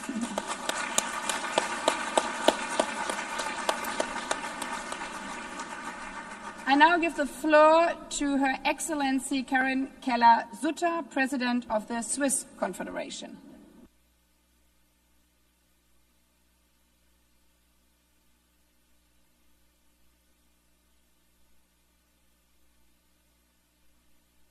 Madame la Présidente, Excellences, Mesdames et Messieurs, la déclaration et le programme d'action de Beijing sont aujourd'hui encore notre boussole. Car l'égalité de genre n'est pas une option, c'est un droit humain universel et un catalyseur de développement économique. Malgré le chemin parcouru, les défis restent importants aussi en Suisse. Avant tout, la violence contre les femmes demeure une réalité inacceptable. Certaines inégalités salariales persistent en particulier parce que les mères ne sont pas pleinement intégrées sur le marché de l'emploi et parce que les femmes sont encore trop peu nombreuses aux postes de décision. 30 ans après Beijing, notre objectif reste intact. La Suisse a pris des mesures concrètes pour mettre en œuvre les droits inscrits dans notre Constitution et dans nos engagements internationaux. Une stratégie nationale pour l'égalité entre les hommes et les femmes adoptée en 2021. Des réformes législatives majeures ont renforcé la protection des victimes de violences de genre, notamment l'adaptation de la définition pénale du viol et l'inscription du stalking dans le code pénal. En novembre prochain, nous lancerons une campagne nationale contre la violence de genre avec un message clair: l'égalité protège contre la violence. À travers sa politique étrangère, la Suisse s'engage pour garantir l'universalité des droits des femmes et l'égalité de genre, en priorité la participation économique et politique des femmes et la lutte contre la violence basée sur le genre. Madame la Présidente, Excellences, Mesdames et Messieurs, les crises récentes ont entraîné un recul en matière d'égalité des genres. En effet, les acquis des dernières décennies sont aujourd'hui menacés dans plusieurs pays. Or, des solutions ont été formulées depuis longtemps dans différents instruments multilatéraux. Aujourd'hui, nous devons nous appuyer sur ce cadre normatif international et nous engager pour sa mise en œuvre. C'est là le meilleur moyen de protéger les individus et d'assurer le développement des sociétés égalitaires. La démocratie et la prospérité économique en dépendent. Ensemble, transformons la vision de Beijing en réalité. Je vous remercie.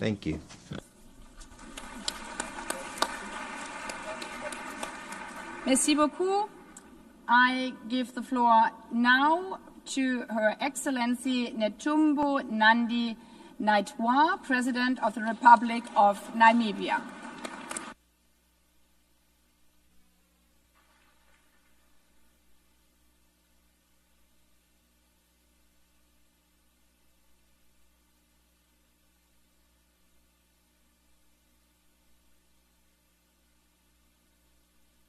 In key priorities for Namibia's government since our independence in 1990, we have shown strong political will through adopting international commitments, including the Beijing Declaration and the Platform of Action, which are domesticated in our national gender policy.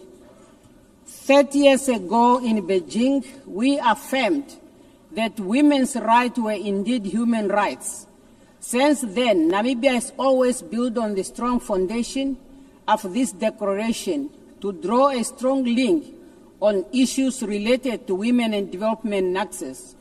Our progress in the area of political inclusion and legal frame are grounded in this and underpinned our deep commitment to achieve progress for empowerment of women. As a result of this, Namibia closed 81.1% of its gender gap, ranking 8th globally and first in Africa as per the 2025 World Economic Forum Global Gender Gap reports. As President, I'm happy to highlight our historical milestone.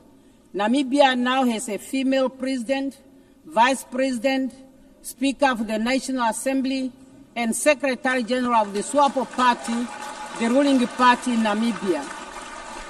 And women hold 57% of the cabinet, including key ministries such as finance, health, education, international relations and trade. Madam President, as we reflect on our progress, we are also aware that our work is far from to be done. There are areas where there is room for improvement, particularly in the area of economics. In our national context, this is mainly in the area of economic inclusion of women in many economic activities such as mining, fishery, oil and gas, particularly rural women who still remain in the margin of the economic activities. Economic challenge persists across the many sectors, so much that we have to do a lot, particularly in the informal sector, to bring women to the path.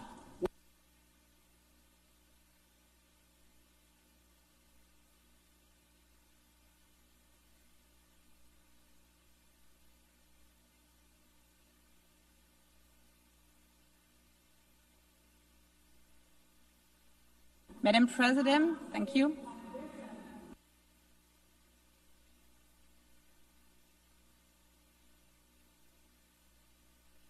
I thank you very much, Madam President.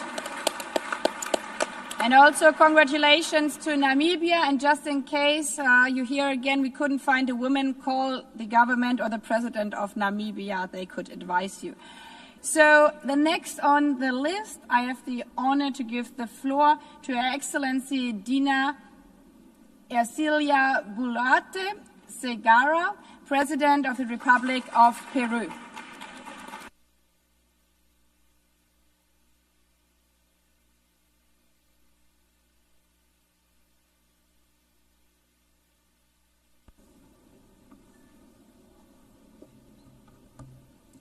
Gracias, señora presidenta. Thank you very much, Madam President. Han transcurrido 30 años desde la adopción de la Declaración y Plataforma de Acción de Beijing, un hito histórico que marcó el compromiso político internacional más importante para alcanzar el empoderamiento de todas las mujeres, adolescentes y niñas y el pleno ejercicio de sus derechos humanos en condiciones de igualdad. Desde entonces, hemos alcanzado resultados relevantes. Se han reducido las brechas en el acceso a la educación y el mercado laboral. Un número creciente de mujeres accede a espacios de toma de decisión y se han fortalecido las normas para combatir la violencia, la discriminación contra las mujeres. Sin embargo, Presidenta, aún persisten brechas estructurales que limitan el desarrollo de las mujeres y las niñas, pues la pobreza extrema y la multidimensional, la discriminación y la violencia nos siguen afectando desproporcionadamente. Frente a ello, el Perú toma acciones decididas. En el año 2019 se aprobó la Política Nacional de Igualdad de Género, cuyos objetivos prioritarios son garantizar a las mujeres el ejercicio de todos sus derechos, erradicar la violencia contra ellas, empoderarlas y superar las barreras institucionales y socioculturales que enfrentan. Contamos con más de 400 centros de emergencia mujer a nivel nacional que actúan con un enfoque intercultural para atender casos de violencia contra las mujeres y poner fin a este flagelo. Financiamos con recursos públicos proyectos para afianzar la autonomía económica de las mujeres.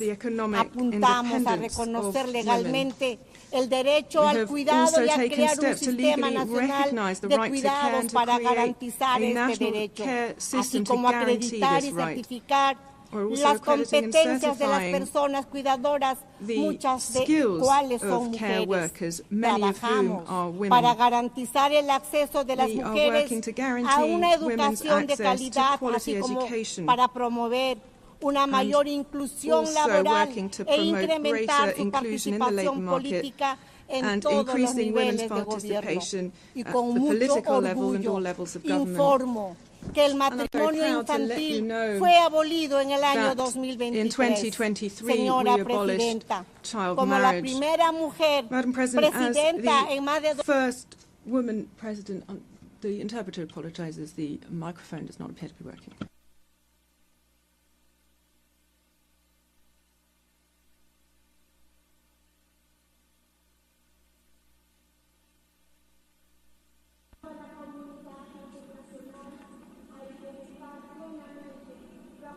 Muchas gracias.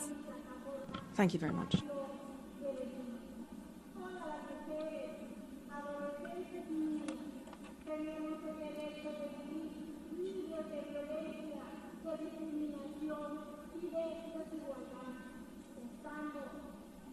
Madam President. Muchas gracias. Muchas gracias, and also to you, congratulations for being the first female president. And may I remind all speakers and maybe also all delegation to look at the script again. I'm very sorry for that one, but we have so many presidents and prime ministers speaking in a row. The next I may introduce is Her Excellency Nataša Pirc-Musar, President of the Republic of Slovenia.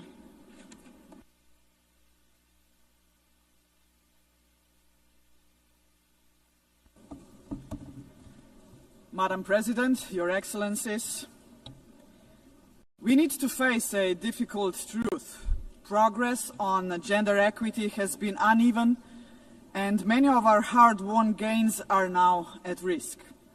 Sexual and gender-based violence, economic inequality, a lack of sexual and reproductive rights, political underrepresentation, and the systemic discrimination of women persist. Real change requires making gender equity a genuine priority, including in peace and security. If not now, when? At a time when the world is facing a record number of conflicts. Conflicts that claim a devastating number of civilian lives, as in Gaza, where 2/3 of the victims are women and children. Simply put, the inclusion of women is a guarantee for peace. It is also high time that the UN's leadership reflects the diversity of the people it serves.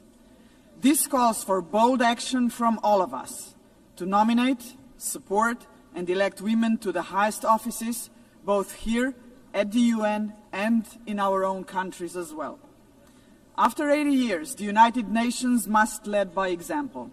We cannot afford to miss yet another chance to appoint the first woman Secretary General, nor we can afford to move forward into a future where still only 6% of General Assembly presidents are women. Let me be clear. The issue has never been about merit. There are plenty smart and capable women. What is lacking is the will to open doors. Dear all, let us invest in women's leadership and ensure that every girl can live a life of opportunity. I know that women and girls in Afghanistan, Gaza, Ukraine, Sudan, Haiti, and beyond are counting on us. And let me just conclude. My husband is a proud feminist. I am a proud feminist. And I am battling this battle not to say that the men need less. I'm not doing this for that. I just want the girls to have the same opportunities. And we need men to help us. And just to conclude with a couple of numbers, do you know how many presidents we have, female presidents we have in European Union? 2, in Malta and in Slovenia. Do you know how many presidents we have here in United Nations out of 193 members? 16. Those are the numbers. Thank you. And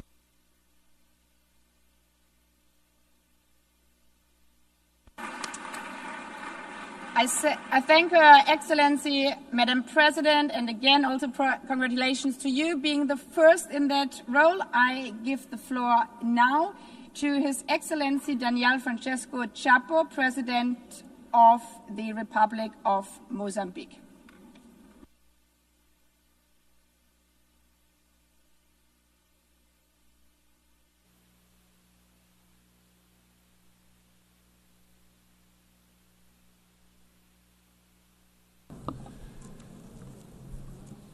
Senhora Presidente da Assembleia Geral, President of the General Assembly, Senhora Secretário-Geral das Nações Unidas, Mr. Secretary General of the United Nations, Your Excellencies, before my intervention I would like to say that I am here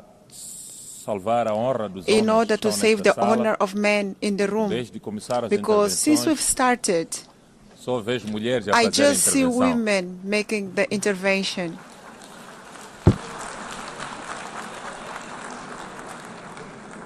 For that reason, I would like to say that we need to have men talking about this topic too.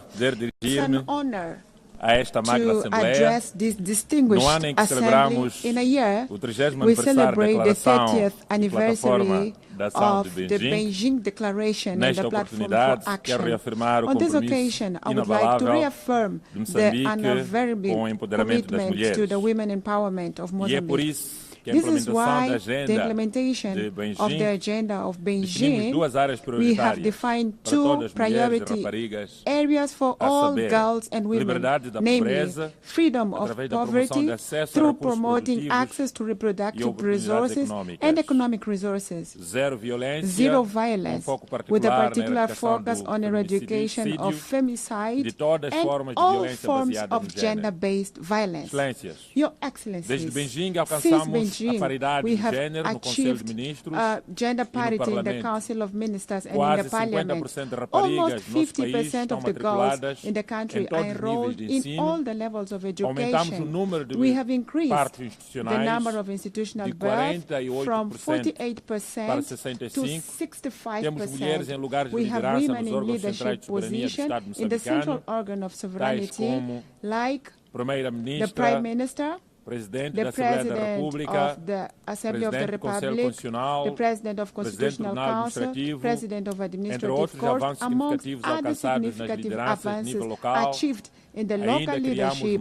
We have also created around 30 integrated centers to fight gender-based violence. We still face a lot of challenges. 44% of the girls are in early unions, 68% were victims of violence, and 27% of girls are still unemployed. Mindful of new frontiers of inequalities that are emerging with artificial intelligence and digital technologies that affect disproportionately the employment of women, Mozambique is integrating into the curriculum and promoting girls' access to science and technology,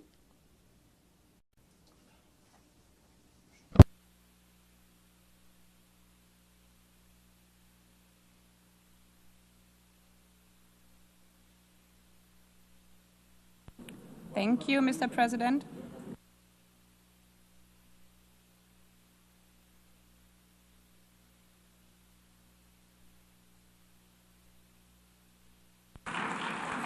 Obrigado, and I thank His Excellency, the President of the Republic of Mozambique. I give the floor now to Her Excellency Hilda Hein, President of the Republic of Marshall Islands.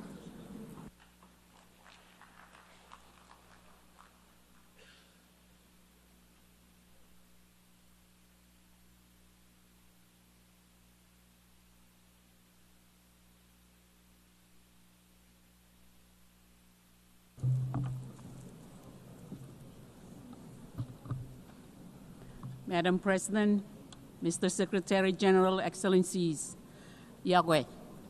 30 years ago, Ambassador Nay John Edwards, now happily retired, led a delegation of Marshallese women to the Beijing Conference of Women. That conference changed her life and generations of Marshallese women ever since. Since the Beijing Declaration, gender is now a core pillar of our national planning. As a small island developing state, we are not moving fast enough with island-tailored strategies. In a nation where 1 out of 2 women experience violence, and in a Pacific Island region with the lowest rate of women in elected government in the world. Core efforts need to be strengthened, including in our families and communities. We can build on our traditional matrilineal customs to encourage the role of women as peace builders, as human rights defenders, and contemporary leaders in their fields. While the Marshall Islands has instituted important legal reforms, rates of gender-based violence remain unacceptably high. Education, police officer training, and crisis services have been key steps. We will continue to ensure the full recognition and realization of human rights for women and girls, including through our recent ratification of the Palermo Protocol on Trafficking. The health of women and girls is a key priority and is written in our survival story. where the nuclear legacy has left behind cancers, reproductive health struggles, and the unseen weight of caregiving. We answer this with urgency, expanding maternal care and family planning, and launching mass cervical cancer screening and prevention so that every woman and girls has the chance to live and to lead. Women's economic empowerment is vital to achieving equality.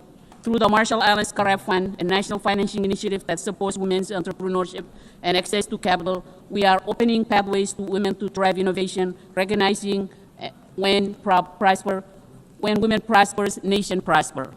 Our national early childhood development framework has forged key progress in direct interventions to provide assistance, nutrition, and care for vulnerable communities, including expectant mothers and mothers of young children. This will be expanded for universal coverage to address crisis levels of malnutrition and stunting. We welcome the region's new policy launch to incorporate climate and resilience in the framework. Madam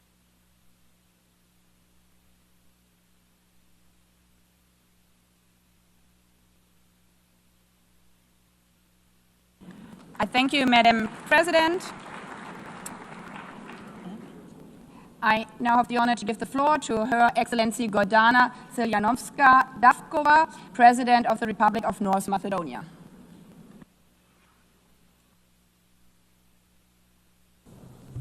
Distinguished Excellencies, ladies and gentlemen, 30 years ago in Beijing, the nations of the world made a solemn pledge to advance women's rights and human rights, to achieve gender equality, and to empower every woman and girl to live free from violence, discrimination, and limitation.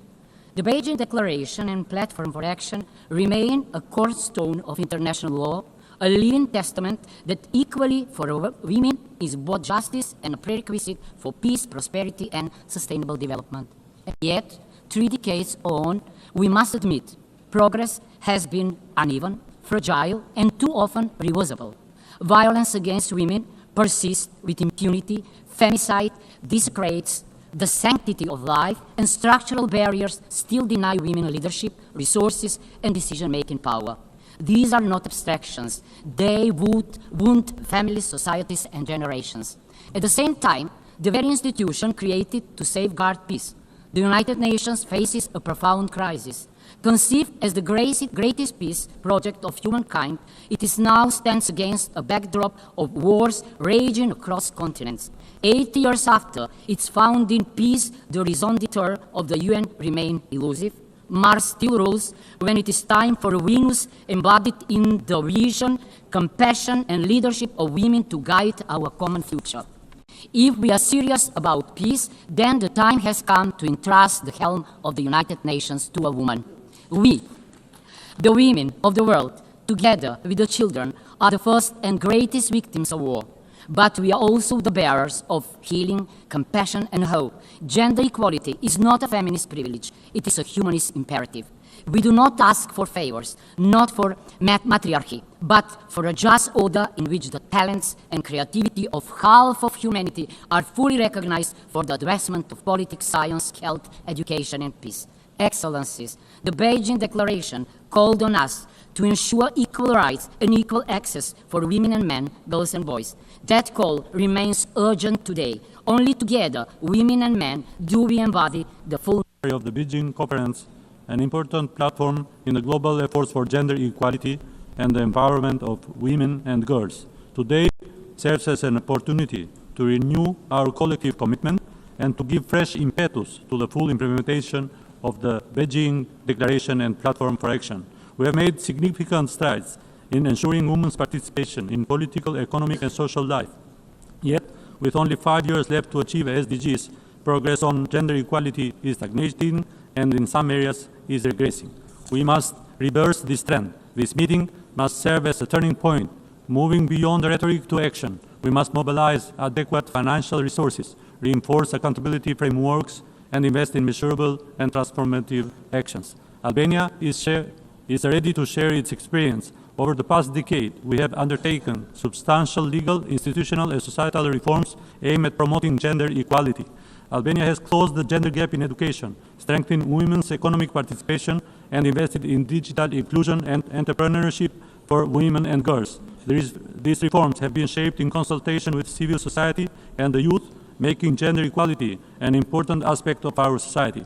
To us, gender equality is essential to sustainable development, social cohesion, and shared prosperity. Albania has placed two priorities under the Beijing Plus 30 Action Agenda. First, to intensify efforts to eliminate violence against women, and second, to expand the application of gender-responsible budgeting. At a time when conflicts and crises are multiplying, the world needs the leadership and contribution of women more than ever. Their role is fundamental in building peace, preventing conflict, and creating more inclusive and resilient societies. Albania reaffirmed its full commitment to the Beijing Declaration and Platform for Action, to the 2030 Agenda, and to international human rights instruments. Thank you.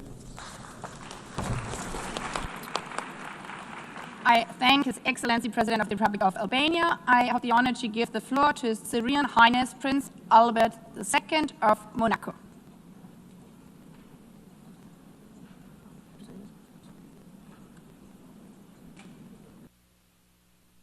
Excellencies, ladies and gentlemen, in all of your capacities, 30 years ago, the Beijing Declaration and Platform of Action set out an ambitious roadmap to achieve gender equality and empowerment of all women and girls. Today, as we mark this anniversary, we need to demonstrate clear-sightedness, determination, and a renewed commitment. Despite significant progress that has been achieved over recent decades, we see today alarming setbacks in women's rights. There are armed conflicts, climate crises, and regressive movements which imperil our basic rights. Security Council Resolution 1325 was adopted 25 years ago. It is a key landmark. When women participate in peace processes and are present in the negotiating table, the agreements that are the fruit of these negotiations are more inclusive, and peace is more likely to be attained and to be lasting. As part of our commitment to human rights and the dignity of every person, Monaco has always supported international efforts for advancing gender equality.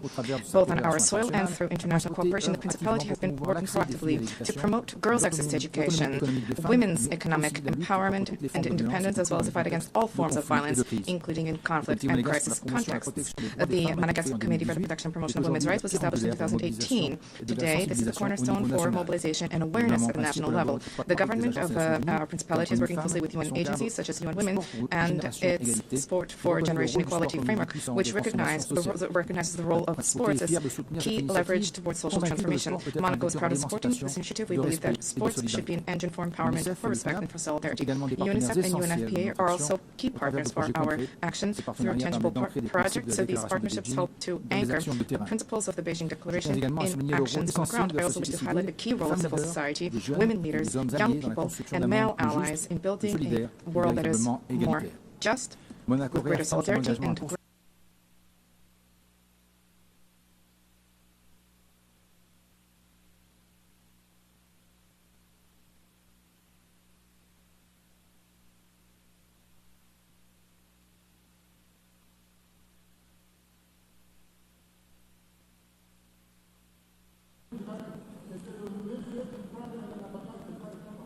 Excellency,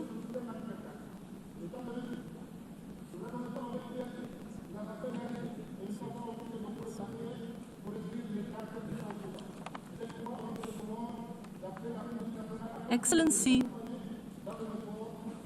kindly conclude your statement.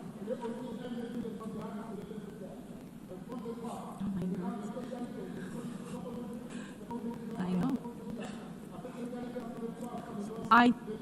I thank His Excellency, the President of the Union of Comoros, and I now give the floor to His Excellency Bassirou Diomaye Diakhar Faye, President of the Republic of Senegal.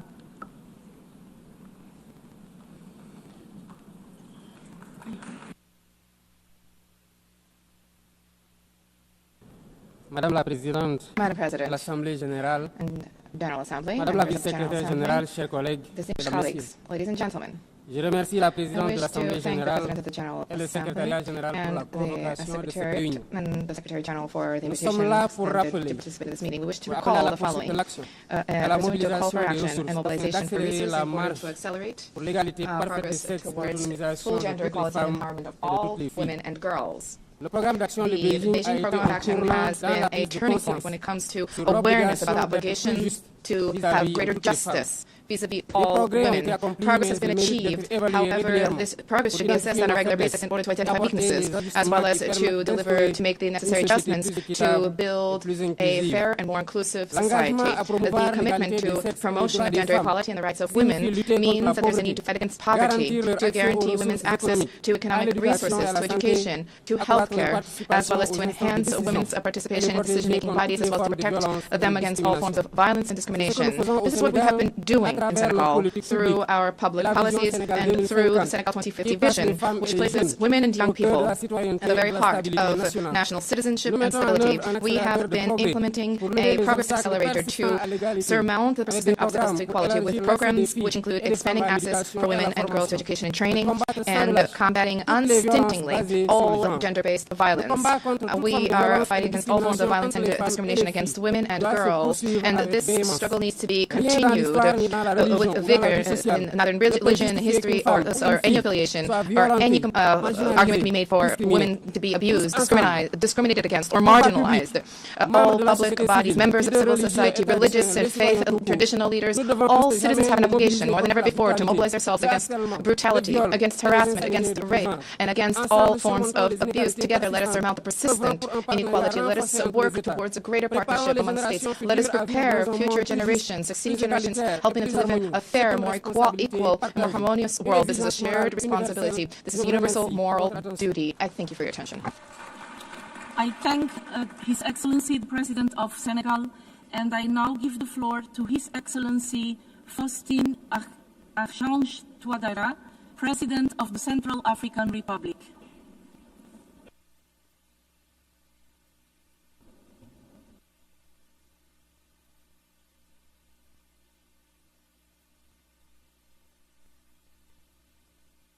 Madam President, Excellencies, ladies and gentlemen, I am honoured to take the floor at this high-level meeting. It marks a pivotal moment for equality between men and women 30 years following the Beijing Declaration Programme of Action. The Central African Republic has placed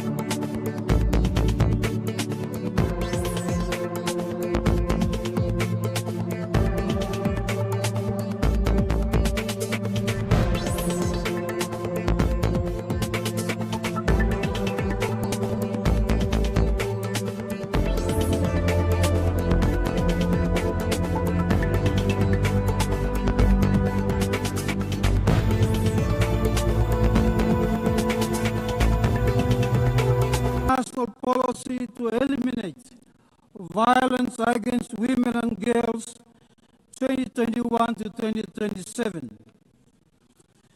Empowering women in business remains a national priority. Financial literacy training in rural areas has seen the growth of women saving clubs. These saving clubs have provided women with seed money to pursue their economic goals.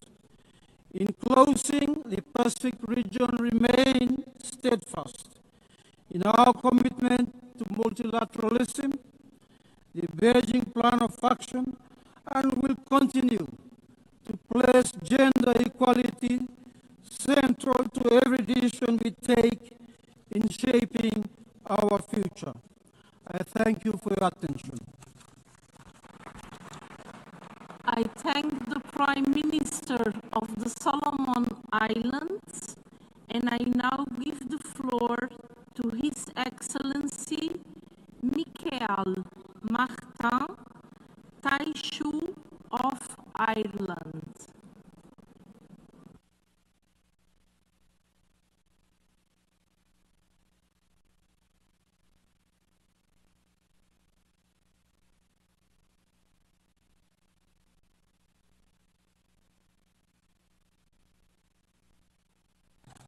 Chair, 30 years on from the landmark agreement of the Beijing Declaration and platform and concerted attack.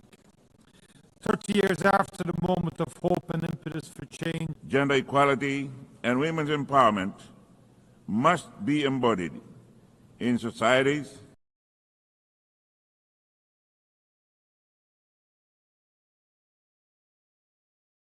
in our homes, and in our workplaces. This is the avenue to which their grievances, most of which go unnoticed, are amplified, and it must begin with us as leaders, the political will and accountability to ensure that women are treated with respect and honor. Women comprise more than half the world's population. Therefore, the promise of empowerment and equality should not be a debate. Their role is unparalleled in these unprecedented times. They hold the fort in times of peace and conflict, in times of drought and downpour. Our objectives for the advancement of women focus on key areas of poverty, education, health, capacity building, violence against women, women in armed conflict, women and the economy, women in power and decision-making, human rights of women, women in the media, women and environment, and the right and the girl child. Fiji is making progress on its commitment to inclusive environment ensuring gender equality through family law reforms, adopting such laws as the Fiji Domestic Violence Act of 2009, the Child Welfare Act of 2010, and the Employment Relations Act, as well as other national regulations addressing violence against women, child protection, and employment rights. Fiji's current legal and institutional framework provide adequate protection for women and girls, enabling the government, institutions, and authorities to address discrimination and hold perpetrators accountable. Fiji aims to ensure that gender equality is institutionalized within government structures.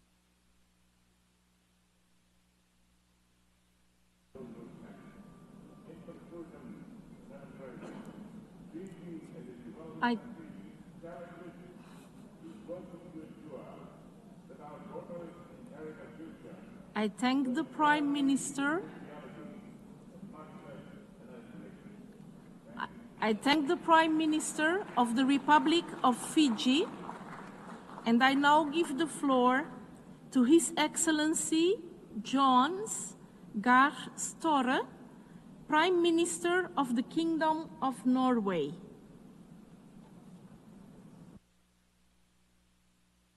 Thank you, Madam Chair. 30 years ago, thousands met in Beijing with a shared vision, a world where women and girls could live free from inequality, discrimination and violence.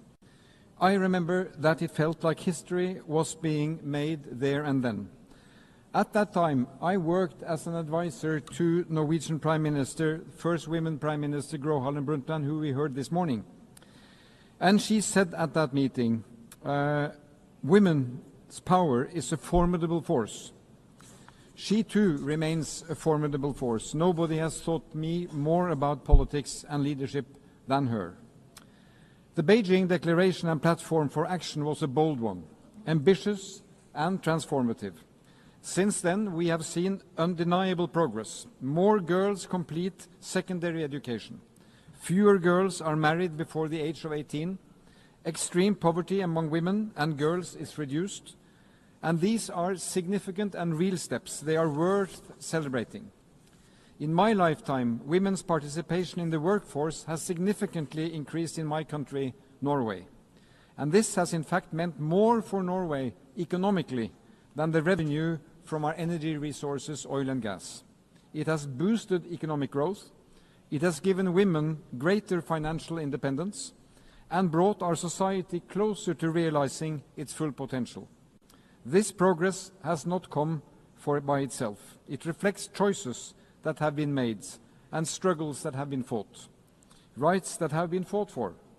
We have developed strong laws, made smart investment, and built partnerships with employers, trade unions and civil society. Thanks to such measures as paid parental leave, flexible work hours and affordable childcare, both women and men can now practice their work and give priority to it. And let me give you another illustrating example. In Norway, women now account for roughly 1/3 of those completing military service, up from just about 10% a decade ago. So progress is possible. But friends, despite this progress, we face serious challenges. We are witnessing a growing, coordinated backlash against women's rights and girls' rights, against human rights, and especially against sexual and reproductive health and rights and the rights of LGBTQ+ persons. These attacks threaten the hard-won progress we have made. It's everyone's loss because investing in gender equality makes society better. Norway will continue to partner with the UN and civil society around the globe to ensure that women and girls have the right to decide over their own bodies. And we will continue to call on governments to close the gender pay gap, strengthen economic independence, and defend rights under that threat. So let's honor. I thank the Prime Minister of the Kingdom of Norway and now give the floor to His Excellency Feleti Penitala Teo, Prime Minister of Tuvalu.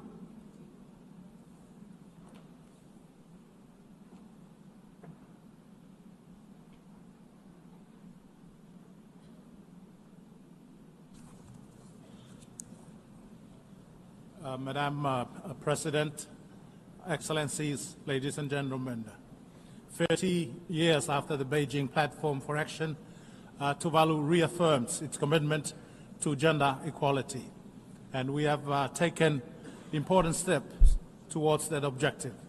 Our Constitution now prohibits discrimination based on sex, embedding gender equality in our highest law. Inclusivity is also part of Tuvalu's top 21 development priorities, which guide our development agenda. In 2024, we adopted a more updated and modern national gender equity policy to assure women's empowerment and protection from violence are integrated across all sectors. In education, Tuvalu girls now perform better than their boys' counterparts and stay in school longer. Women are increasingly present in the public service and civil society, taking leadership roles that shape policies and communities.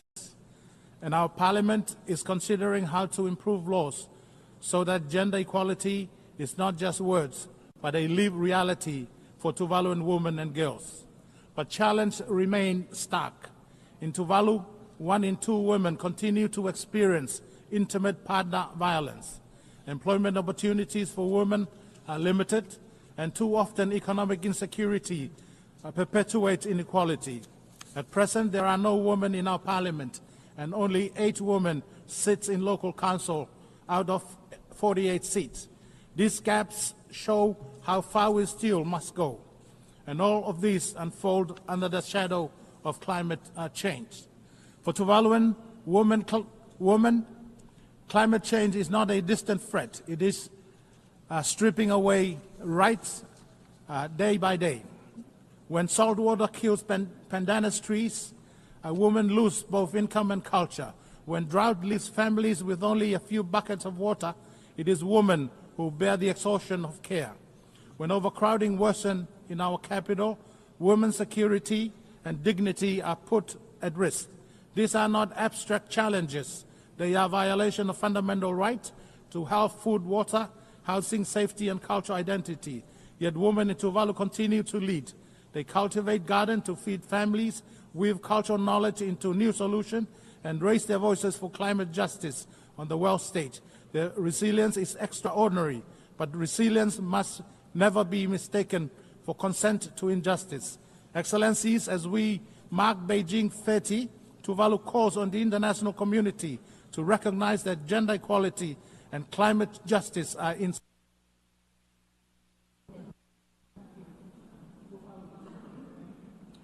I thank the Prime Minister of Tuvalu and now give the floor to His Excellency Gaston Brown, Prime Minister of Antigua and Barbuda.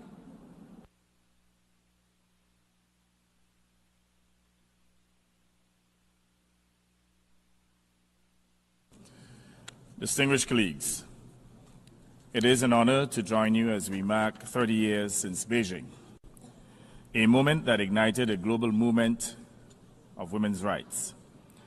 30 years after Beijing, Antigua and Barbuda has moved steadily from promise to action. We have made significant progress. More women, especially young women, in leadership, more female university graduates than males, elimination of inequities in remuneration, and stronger protections in law. Our government continues to institute programs and measures against gender-based violence and sexual offenses against our women and girls, which collectively remain a global challenge. Gender equity is not only a matter of rights, it is essential for justice, development, and sustainability of families and communities. No nation can reach its full potential when half of its people are held back. Our responsibility is clear: to recommit to Beijing's promises by ensuring equal pay for equal work, protecting women from violence, investing in health and education, and opening doors to leadership.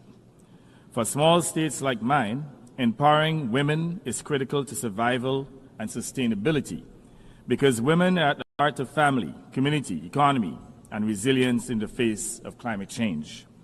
Excellencies, the Beijing Declaration is not a relic of the past. It's a living promise. Antigua and Barbuda recommits to accelerating implementation of all Beijing commitments, to resource gender equality in work, even amid fiscal constraints, amplifying women's leadership in climate action, finance, and peace building, and building a society where every woman and girl can thrive as equal partner in development. Colleagues, gender equality is not only a moral imperative, it is a prerequisite for sustainable development, justice, and peace. Antigua and Barbuda will stand firm, work harder, and speak louder, because the rights, dignity, and potential of women and girls everywhere must never again be negotiable. Let us therefore act with urgency so that equity becomes equality, and every woman and girl can live free, lead boldly, and achieve full potential. I thank you. I thank the Prime Minister of Antigua and Barbuda and now give the floor to His Excellency Luc Frieden, Prime Minister of the Grand Duchy of Luxembourg.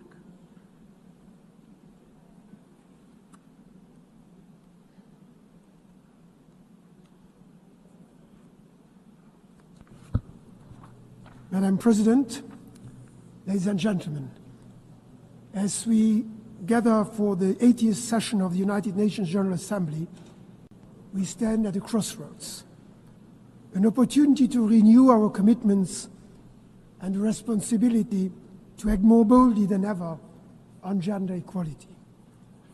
Luxembourg aligns wholeheartedly with UN Women's unifying message of urgency, hope, and possibility to advance the Beijing +30 action agenda.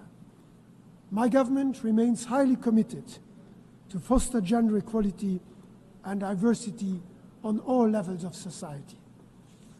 This year, Luxembourg is renewing several strategic partnerships with UN agencies, providing flexible multi-annual funding to support transformative action. Among these is its strengthened collaboration with UN Women, to whom Luxembourg is doubling its contribution, recognizing that a well-resourced and empowered UN Women is one of the most effective ways to support gender equality and advance the empowerment of women. We recently renewed our Women, Peace and Security Plan to ensure women shape peace, not just survive conflict. Nationally, we prioritize women's economic empowerment, leadership, and protection from domestic violence. I am proud that Luxembourg is celebrated as having one of the lowest gender pay gaps among EU countries. My government has recently adopted 3 national action plans, among which one on equality between women and men, another one on gender-based violence. These plans count over 300 concrete measures that are being implemented together with the civil society. I invite all member states to commit to fully implement the Beijing +30 action agenda with well-resourced national action plans that address violence against women, political participation, access to justice, and elimination of discriminatory laws and practices. For me, gender equality goes beyond policy. It is a personal belief that every daughter should have the same freedom as every son. That is the Luxembourg I am committed to building, and the world we can achieve together. Thank you. I thank the Prime Minister of Luxembourg and now give the floor to Her Majesty Queen Mathilde of the Belgians.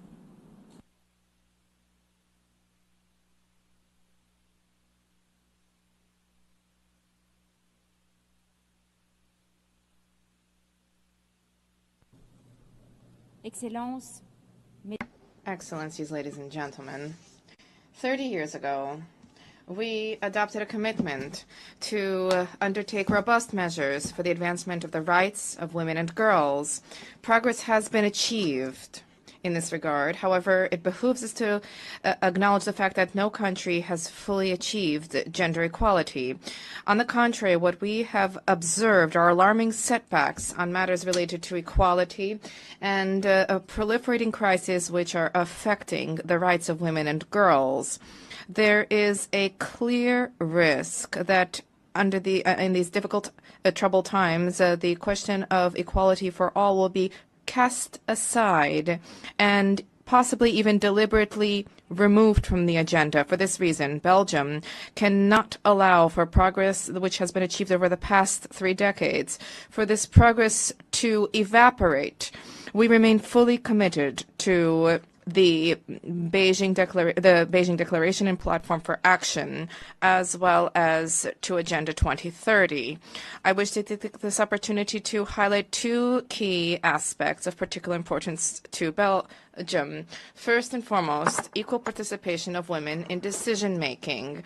It has been recognized for a long time that women's participation is a prerequisite for the achievement of sustainable and effective and efficient solutions. Security Council Resolution 1325 recognizes thus the importance of the involvement of women in all peace processes and reconciliation efforts. The goal is clear.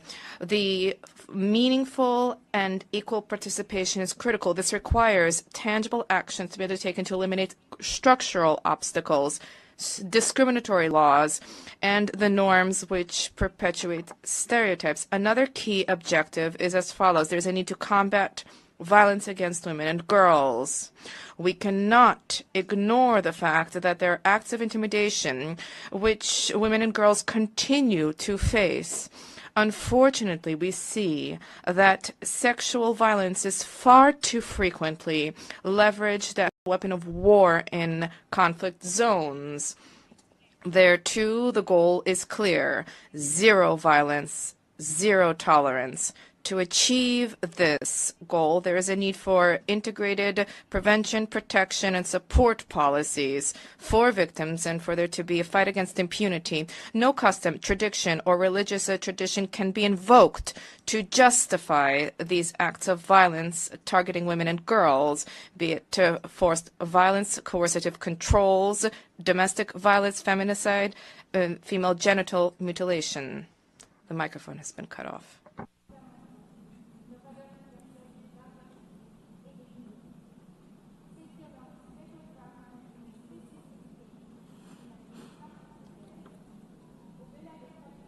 I thank Her Majesty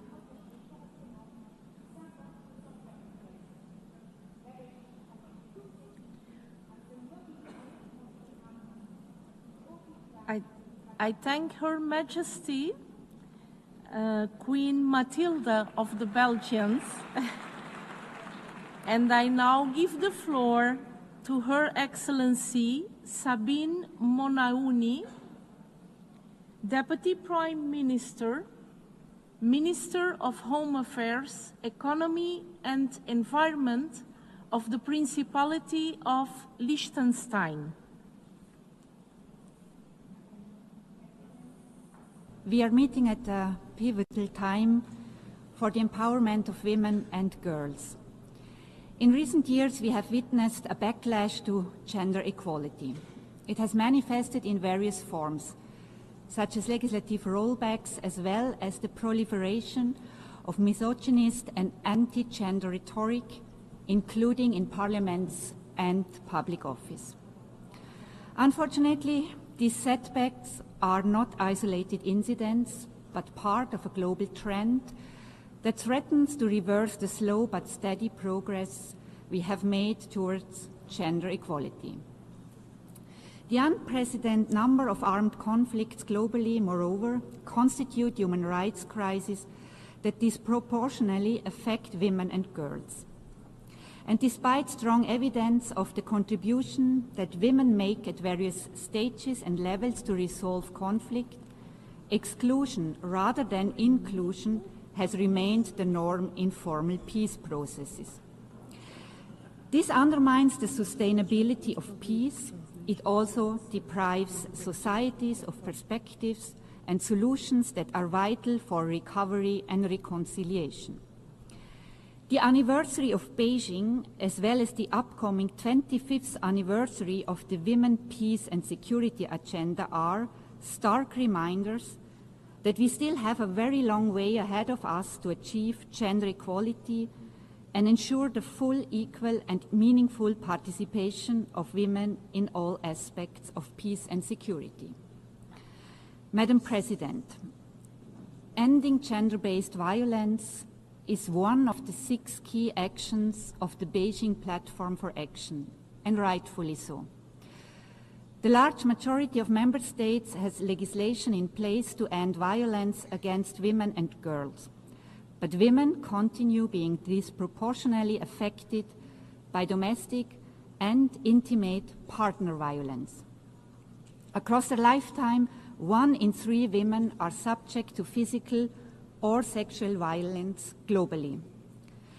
As a committed state party to the Council of Europe Convention on Violence Against Women, also known as the Istanbul Convention, Liechtenstein has set up a coordination group that allows for regular exchanges with civil society and professionals from relevant authorities and NGOs on how to further improve our legislative and policy framework to end gender-based violence. I invite all of you who have not yet done so to ratify this key instrument, which is complementary to relevant UN treaties and resolutions. Thank you. I thank the Deputy Prime Minister of Liechtenstein and now give the floor to His Excellency Mohammad Ishaq Dar, Deputy Prime Minister and Minister of Foreign Affairs of the Islamic Republic of Pakistan. Bismillahirrahmanirrahim. Nahmaduhu salli ala Rasulil Kareem. President, Majesties, Highnesses, Excellencies, ladies and gentlemen, Assalamu alaikum, a very good afternoon. 30 years ago in Beijing, he pledged to build a future where women and girls enjoy full equality and empowerment. Today, as you commemorate this milestone, you must recommit not just in words, but through bold and measurable action. For Pakistan, gender equality is anchored in the vision of our founding father, Qaid-e-Azam Muhammad Ali Jinnah, who declared, "No nation can rise to the height of glory unless your women are side by side with you." Guided by this conviction, Pakistan has made significant progress. Women continue to hold leadership positions in politics, judiciary, bureaucracy, law enforcement, and armed forces. Pakistan was proud to elect first female Prime Minister, late Benazir Bhutto in the Muslim world, and more recently, first woman Chief Minister of Punjab, Ms. Maryam Nawaz Sharif. With reserved seats in the national and provincial assemblies, as well as in local bodies, women's voices are shaping policy at every level. Dedicated institutions in Pakistan are ensuring rights, protection, and access to justice for women. We have also enacted progressive legislation to protect women from violence, workplace harassment, and discrimination. We are also acting at the grassroots level. Social protection and empowerment programs, such as the federal-funded Benazir Income Support Program and the Prime Minister's Youth Program, are helping women escape poverty, gain access to finance, and benefit from vocational and entrepreneurial opportunities. Yet we know that progress is uneven both globally and nationally. What is needed now is for us to collectively scale up financing for gender equality through national budgets, international cooperation, and innovative partnerships, because commitments without resources remain unfulfilled promises. Mr. President, Beijing Declaration remains the boldest global compact for women's rights. Its true legacy must progress. Let us act with urgency, courage, and solidarity so that every woman and girl can live free from poverty and violence and be empowered to lead and contribute to inclusive development. I thank you all. I thank the Deputy Prime Minister and Minister of Foreign Affairs of Pakistan and now give the floor to His Excellency Ervin Ibrahimovic, Deputy Prime Minister and Minister of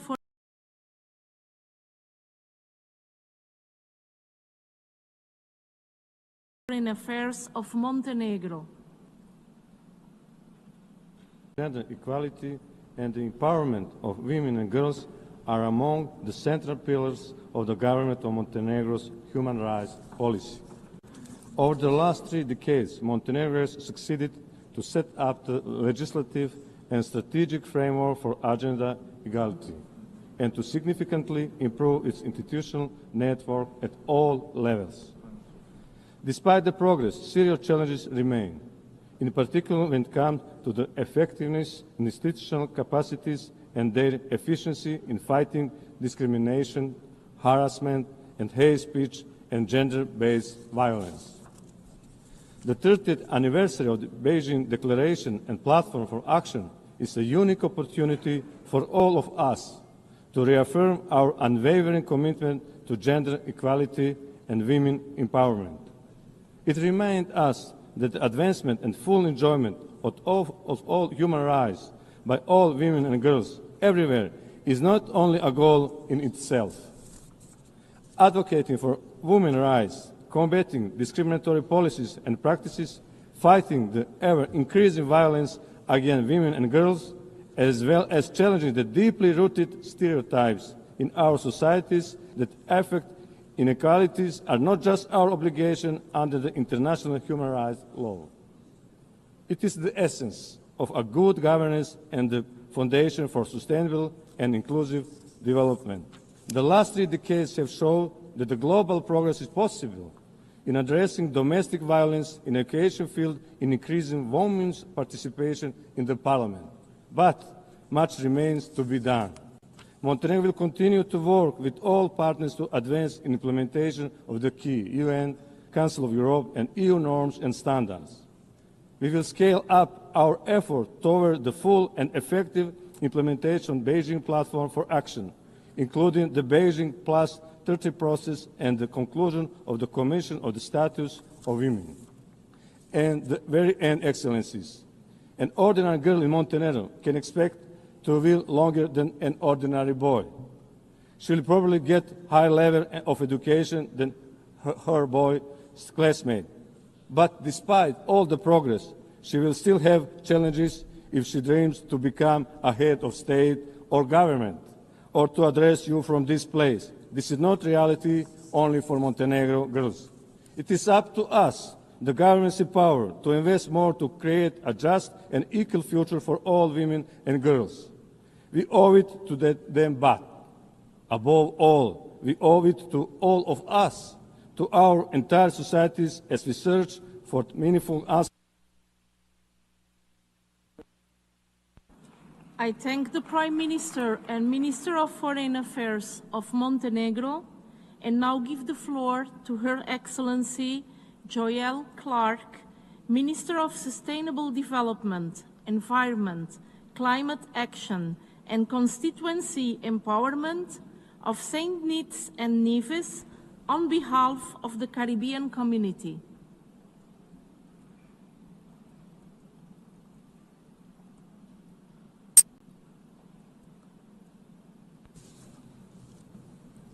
Mr. President, Excellencies, distinguished delegates, St. Kitts and Nevis has the honor to deliver this statement on behalf of the Caribbean community, CARICOM.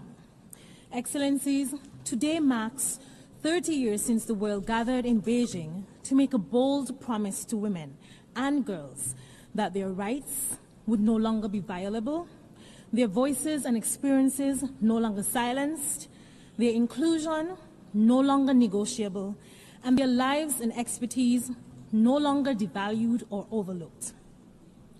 The declaration signaled the international community's political will to serve and honor an undeniable requirement of sustainable development, gender parity. However, 30 years later, if we appraise the delivered outcomes of our actions, we would find clear signs of regression, promises reneged, actions unfulfilled, and the spirit of the declaration underserved. Despite their indispensable roles, women and girls continue to face unequal burdens, limited opportunities, and persistent threats to their safety and autonomy. They are often relegated to the informal sector, underrepresented in political leadership, and disproportionately affected by poverty, climate change, and gender-based violence. Realities that are escalated by the climate crisis. Notwithstanding, women and girls, especially in the Caribbean and across small island developing states, remain the fulcrum of our societies. Their stewardship and contributions are the axis which families, communities, and indeed nations turn. Acknowledging this, CARICOM reaffirms its commitment to the full implementation and acceleration of the Beijing Declaration and Platform for Action, the Convention on the Elimination of All Forms of Discrimination against Women, and all other frameworks geared towards the realization of gender equality. We must look at the numbers and decode the pictures that the data paints. It is estimated that by 2030, around 8.1% of women and girls will live in extreme poverty. Only 28% of women across the world serve as ministers of environment. Women only hold 26.9% of parliamentary seats worldwide. Globally, the wage gap persists with women still earning 20% less than men for work of equal value. Women enjoy only 64% of rights that men do. Sobering realities. In the Caribbean community, we strive for political culture that prioritizes women in decision-making and leadership, evidenced by our 3 democratically elected female heads of government who we commend and celebrate, but we acknowledge that we still have far to go. Noting this, last Friday, St. Kitts and Nevis, through our co-leadership with Ireland, facilitated the passage of the resolution on the revitalization on the Commission of the Status of Women, a renewed commitment to women and girls. Translating intention into action can only be sustained with legislative and policy-backed reformations. As such, our region remains steadfast in the cultivation of gender-responsive policies and legislation and the review of outdated laws that perpetuate discrimination. Excellencies, we must recognize that equality has to be budgeted for and planned for, especially for SIDS with limited fiscal space. CARICOM calls for increased accessible international financing that incorporates the needs of women, for gender-responsive climate action that acknowledges the pivotal role of women and girls in leading the charge against climate change. And we emphasize the need for a paradigm shift in our educational sectors and digital systems in alignment with the needs of women and girls.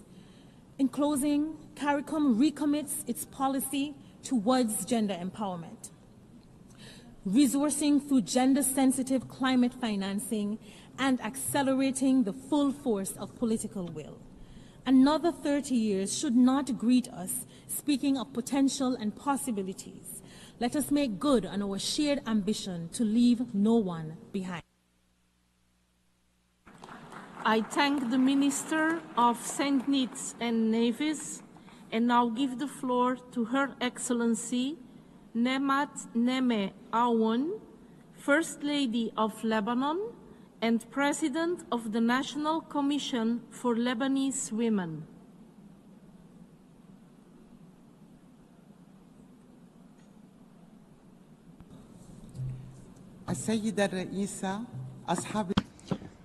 Madam President, Excellencies, ladies and gentlemen,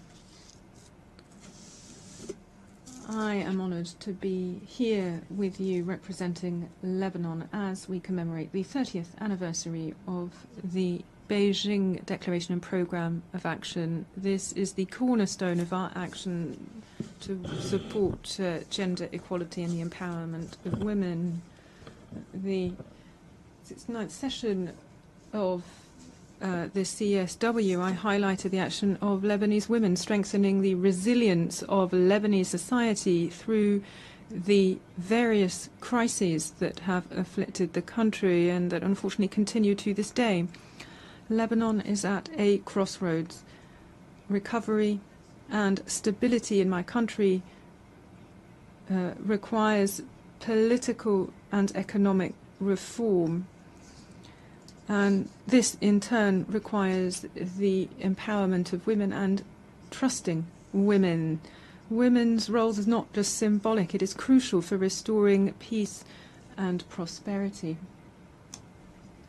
Lebanon cannot continue to be held hostage by war calculations by the powers surrounding it. The repercussions only exacerbate the ill fortune of the Lebanese, and especially women. In order to overcome all of these obstacles facing women in Lebanon, we must look to our partners. Peace in Lebanon and the end of war in Lebanon means peace in the Middle East. And when we talk about the stability and integrity of Lebanon, we are talking also about the same thing for our neighboring countries. And this is how Lebanese women can achieve stability together and alongside all of the women of the Middle East. And this is why we reinforce their role in our society. There cannot be true sovereignty without women taking control of their own destiny. And there cannot be a true sovereign state without the participation of women in decision-making. Similarly, with economics, women have a right to education, to work, and to equality. Lebanon is committed to the Beijing Declaration. This is how we developed and adopted our second national plan in accordance with the Security Council Resolution 1325. We stand ready to work with all of our partners for the benefit of all women and girls in Lebanon so that they can live in dignity, equality and peace. Among the countries present here, there are Lebanese women here in the audience. Thank you. I thank the First Lady of Lebanon, and I now give the floor to Her Excellency Junko Mihara, related to children, measures for declining birth rate, youth empowerment, and gender equality.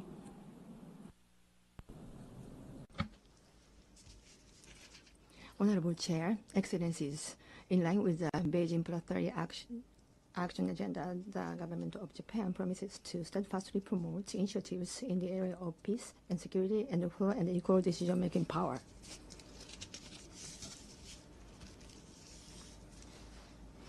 In January of last year, in the wake of the Noto Peninsula earthquake, the doctor opened a women-only rest space in the disaster-stricken area and distributed whistles at shelters to help prevent sexual violences. The doctor is Ms. Masako Negami, an internal medicine physician. As a result of experiencing disasters such as the Great East Japan earthquake, we have learned a great deal regarding the necessary measures from the perspective of women when the disaster strikes.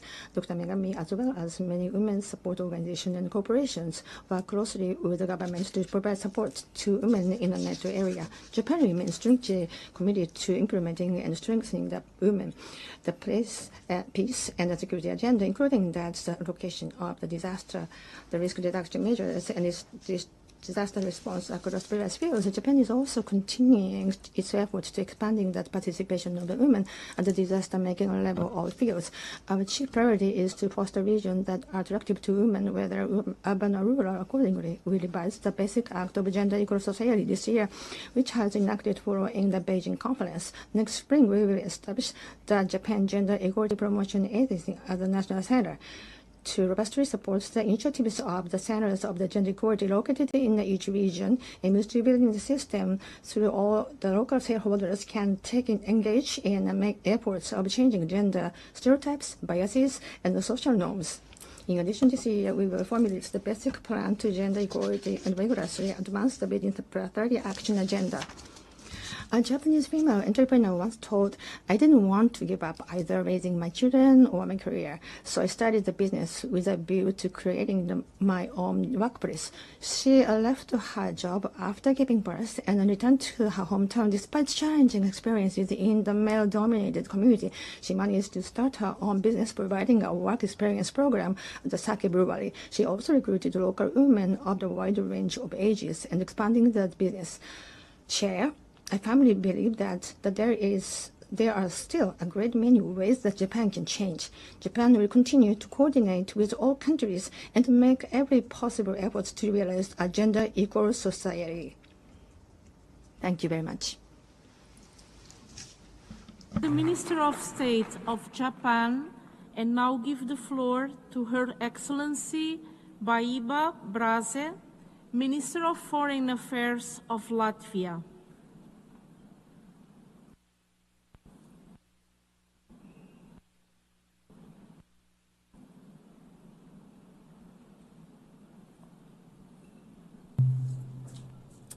Honorable Excellencies, distinguished delegates and participants, esteemed advocates and champions of gender equality, it is my honor to address the General Assembly, especially on an occasion as significant as the 30th anniversary of the 4th World Conference on Women.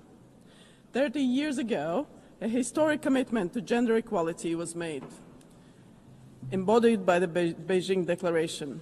3 decades of effort have brought significant achievements and equally significant backsliding. In Latvia, we are currently focused on advancing gender equality by ensuring equal rights and opportunities in the labor market and education, but also addressing harmful gender stereotypes and integrating gender perspectives into policy planning. Our 3-year gender equality plan strengthens these commitments, focusing on concrete changes in employment and education, promoting gender mainstreaming across governance, and intensifying efforts to prevent and combat gender-based violence. Latvia is committed to closing the gender pay gap and ensuring equal employment access. We support women entrepreneurs. We promote family-friendly workplace policies and enhance work-life balance. Our focus on increasing women's representation in STEM and leadership role highlights our dedication to breaking barriers. Latvia stands among the global leaders in gender balance in science, with women making up over 50% of our scientists. Also, I would like to highlight the importance of national action plans on women, peace and security, as we are currently developing our second plan. These plans are not just symbolic commitments, but practical tools for turning the WPS agenda into measurable progress on the ground. We encourage all member states to adopt and strengthen their own plans, nationally or regionally, to ensure that meaningful participation of women is at the heart of peace building, conflict prevention and security policy. As an elected member of the UN Security Council for the term 2026-27, Latvia reaffirms our unwavering commitment to advancing the WPS agenda nationally and internationally. Excellencies, Latvia remains a steadfast supporter of the UN's efforts to advance gender equality by committing to multilateral cooperation, continued financial contributions, and mainstreaming gender equality through all policies. Yet, true equality must be reflected within the UN itself. For 79 years, no woman has held a UN top position. We encourage member states.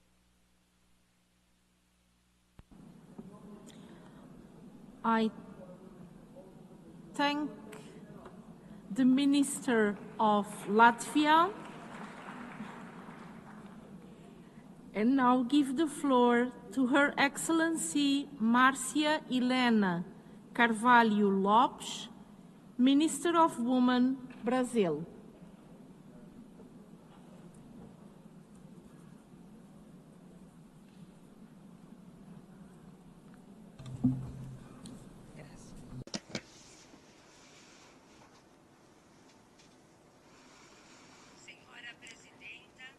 Madam President, ladies and gentlemen, 30 years ago in Beijing, the world stated unequivocally that women's rights are human rights. Today, as we celebrate the Beijing Platform for Action, we reaffirm this commitment, conscious that without gender equality, there can be no true democracy, nor can there be sustainable development. President Luiz Inácio Lula da Silva has reiterated in international forums, Brazil seeks to be an active voice in defense of peace, democracy, and social and climate justice, placing social participation guided by an inclusive perspective at the center of the political debate, a perspective including Afro-descendant populations, native peoples, communities of the waters, fields and forests, migrants, LGBTQA+, individuals, youth, children, adolescents, the elderly, and persons with disabilities. It is in this spirit that I bring Brazil's contribution to this high-level meeting. Brazil has been giving concrete expression to the Beijing Platform for Action. I highlight the equal pay law enacted by President Lula, which ensures transparency and equal remuneration between men and women. I also various policies to confront gender-based violence, to promote women's economic empowerment, and to build the national care policy, pillars of our contemporary response to Beijing's 12 areas of concern. Brazil also announces as one of its actions under the framework of Beijing +30 its commitment to a protocol for responding to women in climate emergencies and disasters, developed in partnership with UN Women Brazil and within the context of Brazil's presidency of COP30. This protocol integrates the gender perspective in every stage of emergency and disaster management, from prevention to reconstruction, to ensure equitable, inclusive, and effective responses. It is anchored in national experiences and in the successful South-South cooperation. Ladies and gentlemen, the 30th anniversary of Beijing is more than a celebration. It is a call to action. Brazil reaffirms its commitment to advancing through multilateral cooperation toward a society without hunger, racism that is just, sovereign, and democratic.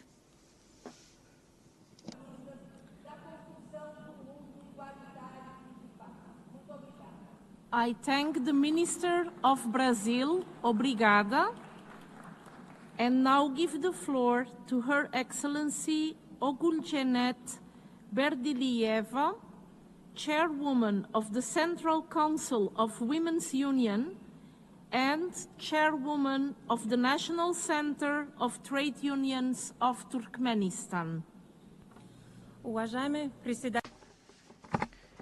Distinguished delegates, ladies and gentlemen, first and foremost, I wish to extend my genuine gratitude to the organizers for having convened this high-level meeting to dedicate an important milestone, the 30th anniversary of the Fourth World Conference on the Status of Women. This is a conference which was held in 1995 in Beijing.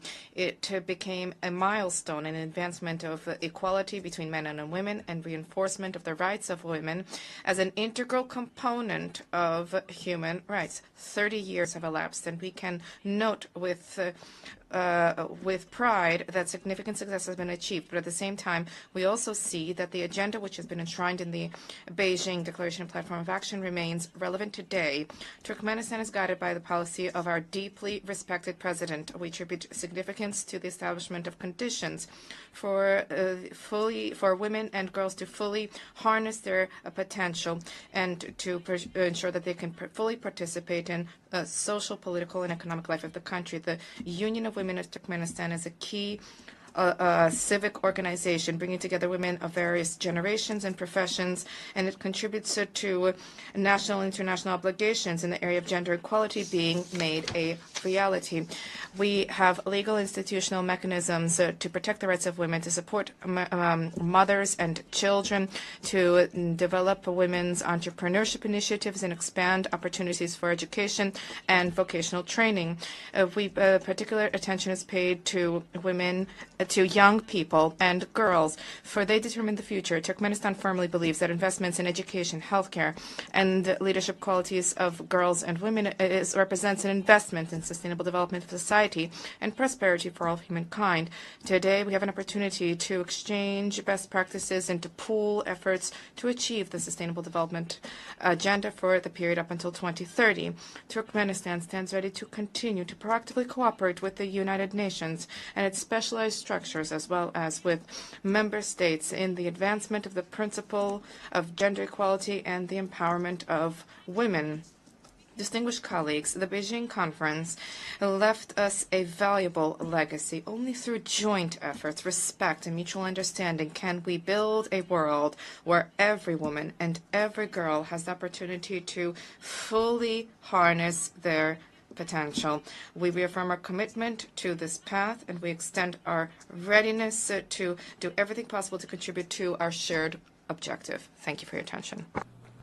I thank the chairwomen of the councils of Turkmenistan and now give the floor to His Excellency Arnoldo André Tinoco, Minister of Foreign Affairs and Worship of Costa Rica.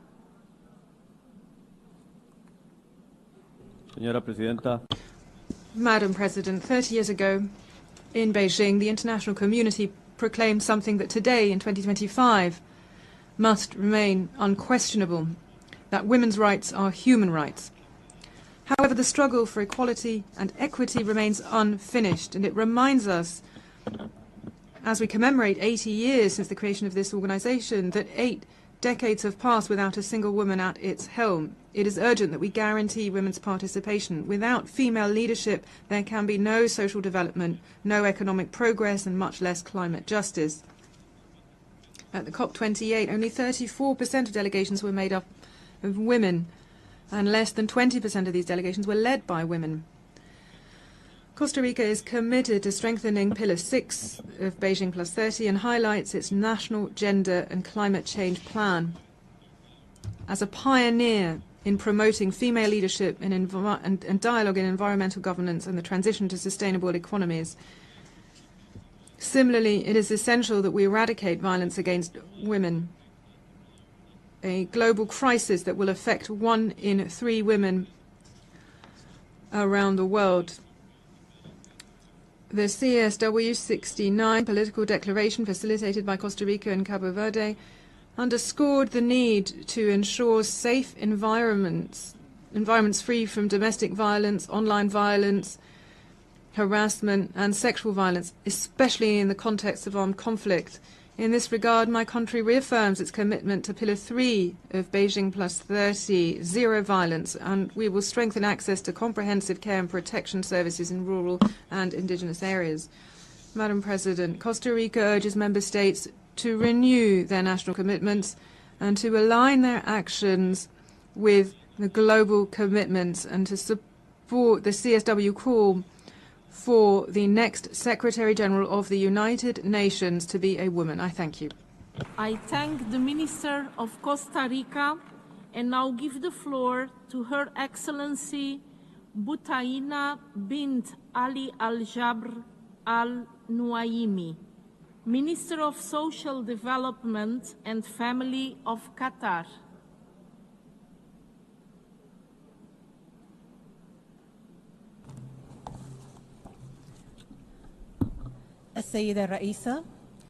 Madam President, the state of Qatar attributes tremendous significance to the question of the empowerment of women and women's participation in all areas of life. This is attested to through national legislation and policy for the advancement and empowerment of women, and my country has undertaken a number of significant measures which are in accordance with the Beijing Declaration and Program of Action, as well as the SDGs. These include a mobilization of adequate funds for the empowerment of women and gender equality.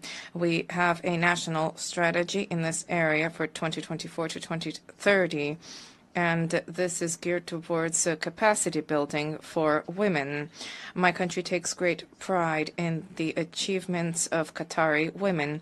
In line with according to recent indicators, my country holds the first place among Arab countries in terms of the participation of women in the workforce.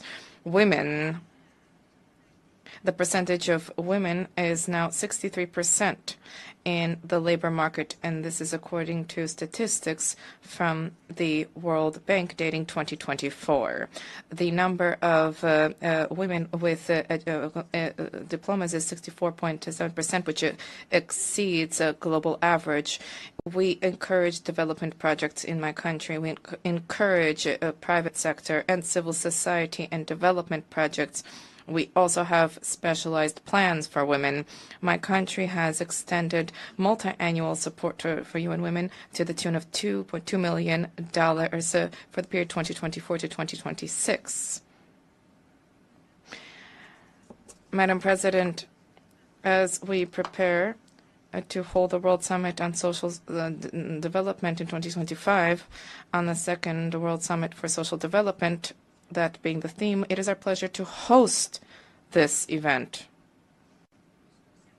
We are certain that this will present an opportunity to achieve transformative progress for the empowerment of women and their role to build upon social progress that has been achieved and to build a better world. Unfortunately, Madam President, we are bearing witness to violations of the rights of women and girls, particularly in conflict-affected areas. The Palestinian-occupied Palestinian territory is an example of this. Qatar will continue to maintain a commitment to undertake effort to promote security and stability in the region. We shall continue our efforts for our fraternal Palestinian people. To conclude, we are certain that the Beijing Declaration and Program of Action are closely linked to the status of women and our source of inspiration. Thank you. The Minister of Qatar, and now give the floor to Her Excellency Agnes Na Momo Lartey, Minister of Gender, Children and Social Protection of Ghana.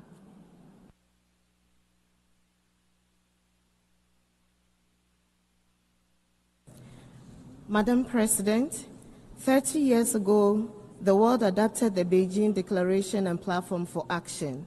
It was a bold vision that affirmed a truth, a simple truth, that the advancement of women and girls is essential for peace, justice, and sustainable development. Today, as we commemorate this milestone, we accelerate the progress that has been made, but are also reminded that the journey to full equality is not yet complete. For Ghana, this commemoration carries special significance. It coincides with the 50th anniversary of our national machinery of women, which has been central in advancing women's empowerment in our country. In January this year, Ghana's first female vice president was sworn in. This is a breakthrough moment that reflects our determination to ensure women's voices are heard at the highest level of governance. Over the years, Ghana has continued to strengthen its legal and policy framework. We enacted the Affirmative Action Act in 2024 and adopted a new gender policy that will guide our efforts from 2025 to 2035. We have reinforced protection systems through the Domestic Violence and Victim Support Unit of the Ghana Police Service. Equally, of importance is our focus on economic empowerment. Programs such as the Livelihood Empowerment Against Poverty, the School Feeding Program, and microfinance, small loan centers support women entrepreneurs, opening doors for women across communities.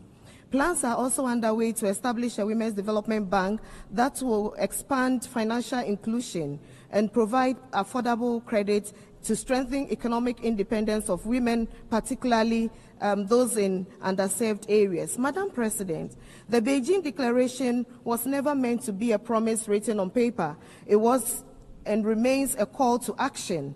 To mark the 30 years is not simply to look back with pride. It is to recommit with urgency. Our task now is to remove the remaining barriers, give women and girls equal voices and opportunity to ensure that progress we've made are irreversible. This commemoration must be more than remembrance. It must be renewal and it must be action, because when women rise, nations rise, and with them, humanity is lifted.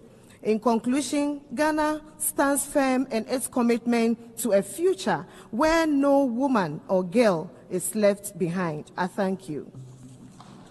I thank the Minister of Ghana and now give the floor to Her Excellency Mahinur Özdemir Göktaş, Minister of Family and Social Services of Turkey.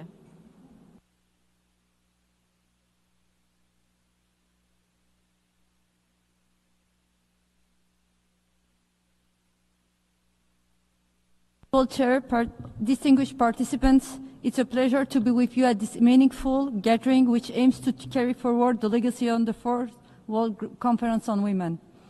There is no doubt that the Beijing Declaration and Platform for Action has been a global commitment beyond its time. This commitment reminds us that equality, justice, and peace in our societies can be achieved only through the empowerment of women.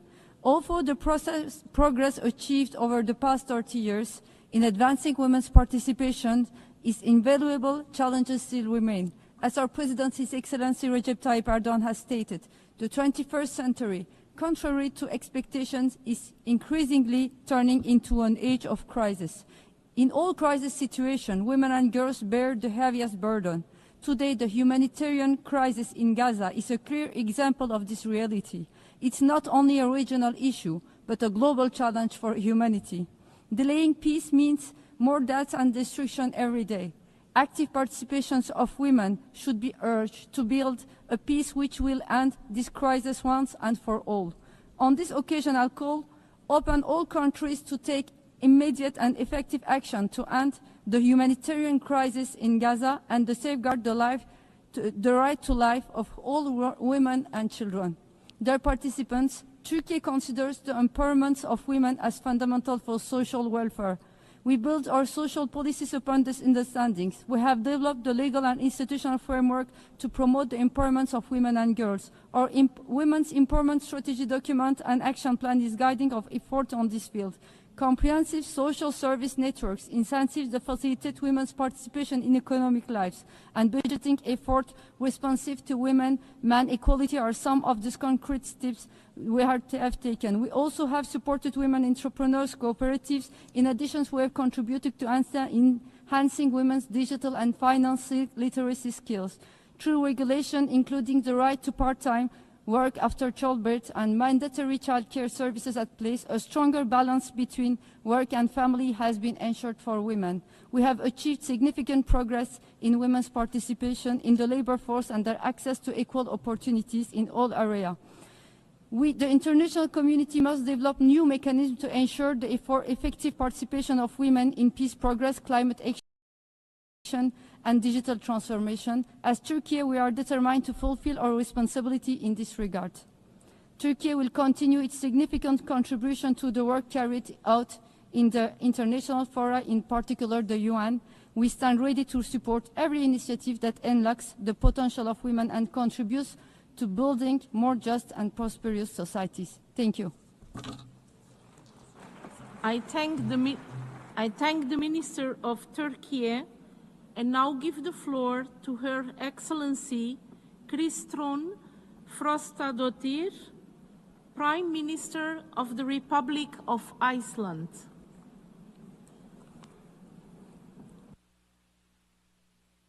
Excellencies, 30 years after the historic Beijing Conference and its groundbreaking declaration and platform for action, our commitments to full gender equality have yet to be fulfilled. We have made progress, but a gap remains between and within societies. We must continue to remind ourselves that equal societies are healthy and resilient societies. 30 years after Beijing, we see a backlash unfolding against hard-earned progress on human rights and gender equality. This is real and deeply concerning. Excellencies, I grew up with a female president, and I assumed as a young girl in Reykjavik that presidents were female. I knew nothing else. Role models matter, and what we normalize matters. In 1980, Icelanders democratically elected the world's first female president, a few years after a women's strike brought the country to a standstill. The rapid rise of women's political participation in Iceland made sure that policies such as universal childcare and shared parental leave were turned into reality. The norms changed when women moved into governing positions. The true victory, however, is that in Iceland, gender is not a decisive factor in public life anymore. What matters is that individuals serve with competence and integrity. I lead a coalition government where all three party leaders are women. The leader of the opposition is a woman, so is the president of Iceland and the Speaker of Parliament. Although this is historic, it doesn't feel abnormal to us. But Iceland is not perfect. Gender-based violence is of great concern, and the pay gap will remain while we continue to look at caretaking jobs as low-value jobs instead of what they really are, the backbone of our society. Excellencies, the burden is on all our shoulders to push for equality and change the norms across societies, so all children feel equal growing up and get equal opportunities, regardless of gender. Modern legislative action is key in areas such as childcare, labor market relations, parental leave, and LGBTQI rights. Let this Beijing 30th anniversary be a celebration of the success we have made, but also a reminder that we have a distance still to go. Thank you. I thank the Minister of Iceland and now give the floor to Her Excellency Pasowende Peliadje Kabore, Minister for Humanitarian Action and National Solidarity of Burkina Faso.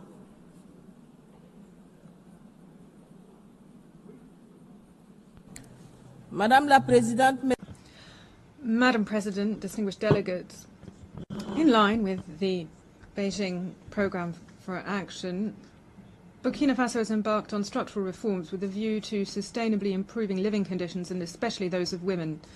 This commitment led us to strengthen the legal and institutional framework as well as initiatives aimed at the socio-economic empowerment of women and ensuring their full participation in decision-making. Our actions have resulted in significant progress. For instance, in the area of education, there has been a significant increase in girls' enrollment rates across the board, with a growing number of women in higher education. In terms of health, free maternal health care services, an increase in the rate of assisted deliveries going from 83% to 92% between 2015 and 2023, as well as a subsidy for the treatment of women's cancer, have contributed to a significant drop in maternal mortality. In addition, the distances that need to be covered to access healthcare centres have been reduced. In terms of economic empowerment, our focus was better inclusion of women and girls in the agricultural and financial sectors. Women in these areas have thus benefited from public financing at preferential rates, covering at least 30% of the agricultural areas newly developed by the state. Between 2020 and 2024, more than 500,000 women benefited from loans from the Support Fund for Women's Income-Generating Activities for a total amount estimated at nearly $200 million. In governance, women's representation in Parliament and other decision-making bodies has improved significantly. Madam President, despite the efforts and the undeniable achievements, many challenges remain, especially due to the very difficult security context and the resulting forced displacement of populations. In response to this, Burkina Faso has adopted a national strategy for the recovery of internally displaced persons and host communities, integrating a gender-sensitive approach. In the medium and long term, my country intends to strengthen economic empowerment and women's entrepreneurship, intensify the fight against violence against women and girls, as well as harmful practices such as female genital mutilation, FGM, and forced early marriage. We're improving access to maternal and child health care, and we are also promoting women's access to decision-making and basic infrastructure. Fully convinced as we are of the essential role of the family as a vector for the transmission of values and as a lever for social transformation, our public policies will continue to place particular emphasis on the protection of the family as a guarantor of the development of women and girls.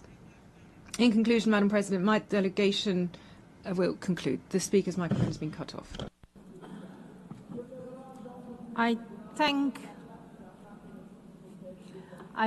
the Minister of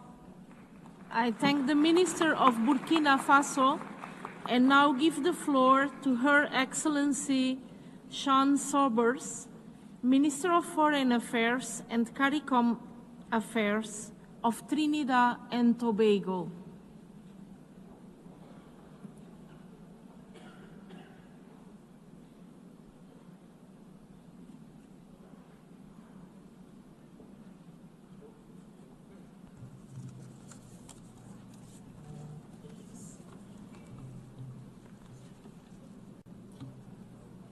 Chair, I thank the President of the General Assembly and UN Women for convening this meeting. Trinidad and Tobago has long advocated for a society where women and girls are empowered and promoted, and has consistently advocated for the removal of systematic barriers that inhibit inequality at home, in the workplace, and in the wider society. Today, we celebrate a momentous milestone, the 30th anniversary of the Beijing Declaration and Platform for Action. This historic framework remains a beacon of hope and a call to action for achieving gender equality and empowering women and girls everywhere. This declaration has provided the catalyst for transformative change. It has driven policies that uplift women, amplify their voices, and champion their rights in education, health, leadership, and beyond. It has shown us that when women thrive, societies prosper. Today, my delegation is proud to be led by the Honorable Kamala Prasad-Visessa of Senior Council, as this is exactly the vision she has for women in Trinidad and Tobago. Chair, as we commemorate this occasion and celebrate the progress to date, we also lament there are millions of women and girls that still face barriers limiting their potential. From wage gaps and gender-based violence to unequal access to opportunities, the challenges are real and urgent. Emerging global crises such as climate change, conflict, and technological divides further exacerbate these inequalities, demanding our unwavering focus and action. This commemoration is not just a celebration of the gains made thus far, but an urgent call to action for the work yet to be done. Chair, Trinidad and Tobago is of the view that the best way to honor the legacy of Beijing is to renew our commitment to the vision encompassed in the platform of action. Let us work together to dismantle systematic barriers and create a world where every woman and girl can live with dignity, freedom, and opportunity. Together, we can build such a world where gender equality is not just a goal, but a reality for all. Thank you. I thank the Minister of Trinidad and Tobago and now give the floor to Her Excellency Ruth Kwan Singh Cross, Minister for Women, Youth, Sport and Social Affairs of Kiribati.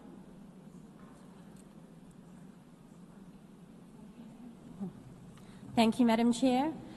Madam President, Excellencies and distinguished delegates, may I extend warm Pacific greetings from the beautiful islands of Kiribati to the commemoration of 8 decades of achievements since the founding of the United Nations.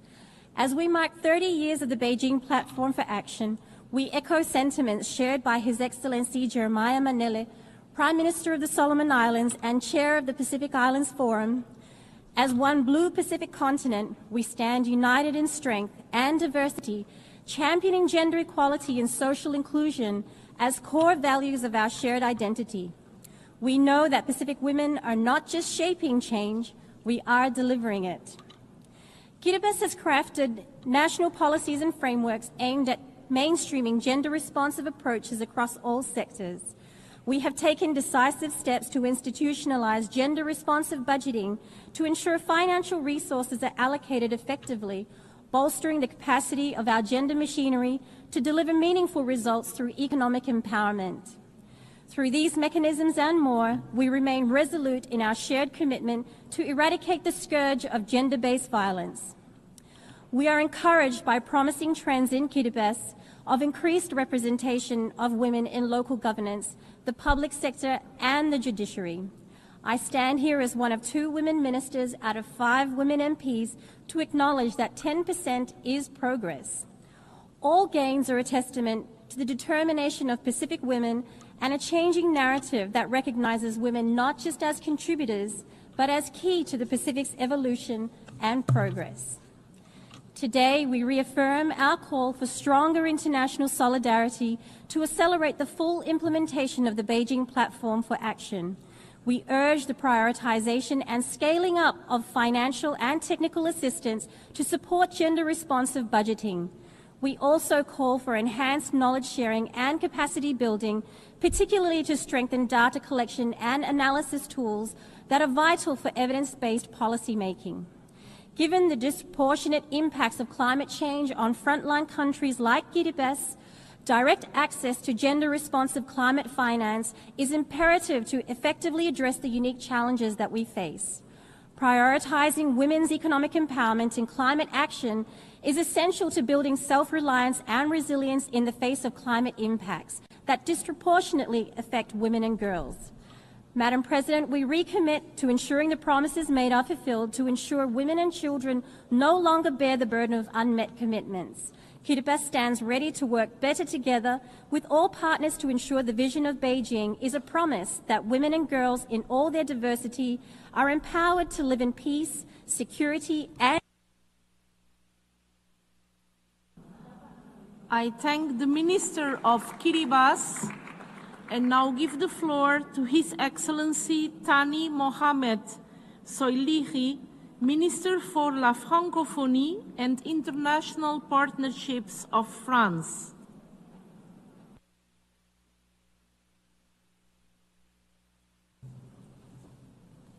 Madame la Présidente, Madam President, ladies and gentlemen, heads of state and government, ladies and gentlemen, ministers, ladies and gentlemen, it is an honor for France to participate in this event. 30 years ago in Beijing, we adopted a major commitment to make equality between men and women a universal reality. We have made progress in a number of areas. However, we have not yet attained the goals. Today, we have gathered at a time when the very principle of equality between men and women has experienced setbacks in many parts of the world. Nothing is ever given in terms of equality between men and women. Women and girls continue to be targeted by sexist and sexual violence, gender-based violence, including during armed conflict. This violence includes the use of rape as a weapon of war, and this has risen in incidents, and we call for armed groups to be held accountable. Respect for international law and international humanitarian law must be the collective compass, so to speak. Through the United Nations, mechanisms have been established for national capacity building to combat impunity. We call for these mechanisms to enjoy support and for them to be reinforced. We have a commitment which is stronger than ever before to women and girls' health. We have a feminist foreign policy, and through this year we launched our very first international strategies for feminist foreign policy for 5 years. Sexual and reproductive health and rights are a key pillar of this strategy. In supporting the bodily autonomy of women, France supports the work of the United Nations, UNFPA and UN Women. Women need to have ownership over their bodies and their choices and have access to political and public life. We are not talking about a minority, but about half of humanity. Women's participation in decision-making processes is a key democratic value and a key for stability and prosperity for all. This is why we encourage throughout the world women's participation at the highest levels, including at the UN. In terms of feminist diplomacy, we have adopted a robust commitment with robust measures and initiatives through the Women, Peace, and Security agenda. We also proactively support civil society with the French Support Fund for Feminist Organizations.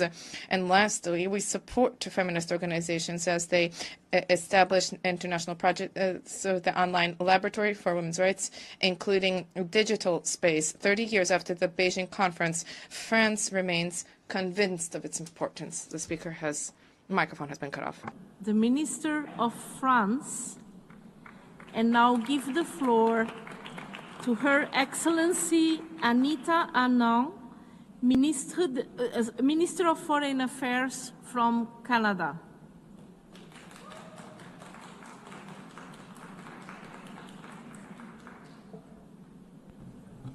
Bonjour, mes amis. Good afternoon, friends.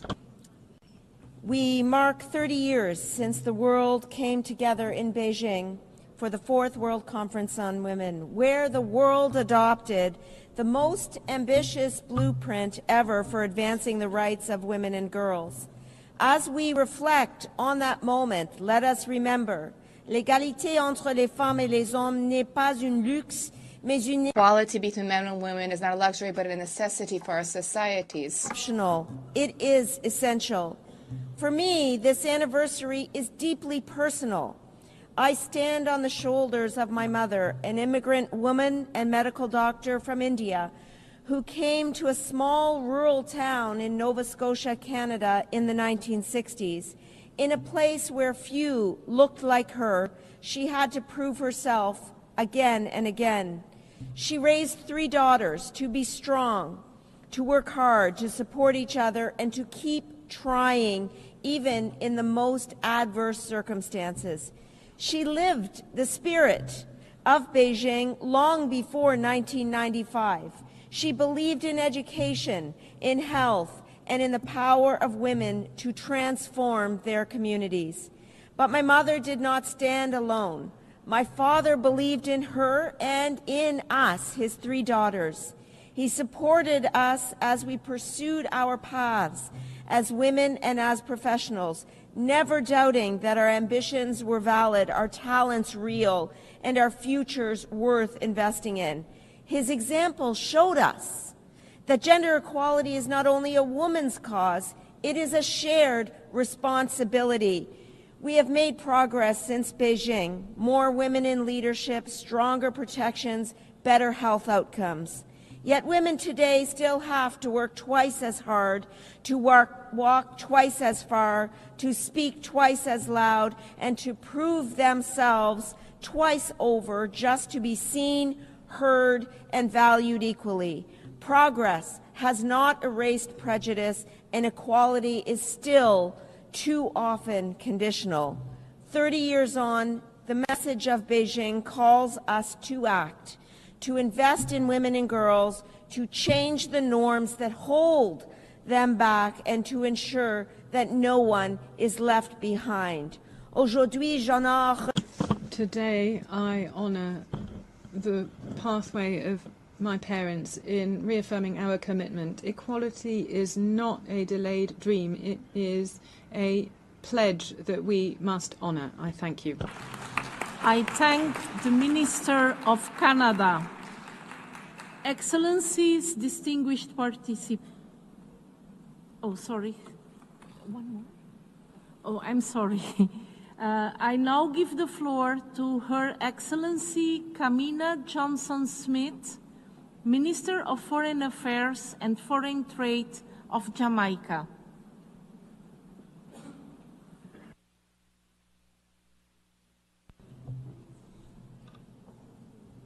Madam President, Excellencies, 30 years ago in the city of Beijing, the international community made a historic pledge that the rights of women and girls would be fully recognized as human rights. We resolved to ensure that gender equality would be prioritized as central to peace, development, and democracy. Today, Jamaica stands proudly in reaffirming that commitment, determined to accelerate progress and to ensure that no woman or girl is left behind. Since 1995, Jamaica has moved to strengthen its national gender architecture. Our transition from a small women's affairs desk to a fully established Bureau of Gender Affairs is testament to this. Our overarching gender mainstreaming program is supported by specialized units addressing policy and research matters, sexual harassment, gender-based violence, provision of regional counseling and referrals, male engagement, and socioeconomic empowerment. Over the past 5 years in particular, we've enacted landmark legislation and implemented robust policies to advance gender equality, including stronger protection against domestic violence and sexual harassment. Our National Strategic Action Plan to eliminate gender-based violence in Jamaica for the period 2017 to 27 has facilitated specific outcomes, and these include the establishment of government-run shelters, a national shelter unit, and a 24-hour gender-based violence helpline. We've also strengthened women's political leadership. Today, 30% of our parliamentarians and 1/4 of our cabinet are women. The establishment of a bicameral caucus of women parliamentarians, a historic all-female sitting of parliament, and the fact that our judiciary at all levels now is comprised of primarily women, all stand as powerful symbols of Jamaica's belief in action that women must play an integral role in all aspects of leadership. Jamaica also remains active in fostering initiatives to amplify the voices of women, including in global diplomacy. As a small developing country, our achievements are significant, and we remain resolute about progress amidst long-standing challenges such as limited resources, persistent gender stereotypes, and sociocultural norms. We're all too aware of how easily progress can be reversed as a result of external shocks. We remain firmly committed to eliminating gender-based violence, expanding economic empowerment, and advancing gender-responsive climate action. The Beijing Declaration and Platform for Action remains a living blueprint for justice, equality, and sustainable development. On the occasion of the 80th anniversary of the founding of the UN and the 25th anniversary of the UN Security Council resolution on women, peace, and security, is an opportune time for the international community to recommit with urgency and concrete actions to make the Beijing commitments a reality. I thank the Minister of Jamaica, Excellencies, distinguished participants. The high-level meeting of the General Assembly to commemorate the 30th anniversary of the Fourth World Conference on Women will be suspended to facilitate the change of venue. The meeting will resume shortly in the Trusteeship Council chamber, where the plenary segment will continue with the remaining speakers on the list. I would like to ask participants to proceed directly to the Trusteeship Council chamber to resume the meeting in a timely manner. I thank you for your cooperation. The meeting is suspended.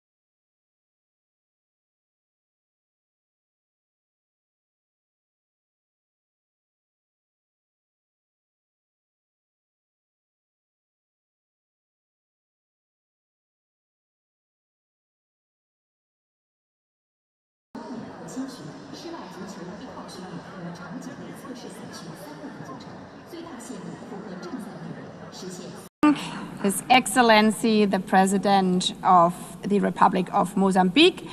I give the floor now to Her Excellency Hilda Hein, President of the Republic of Marshall Islands.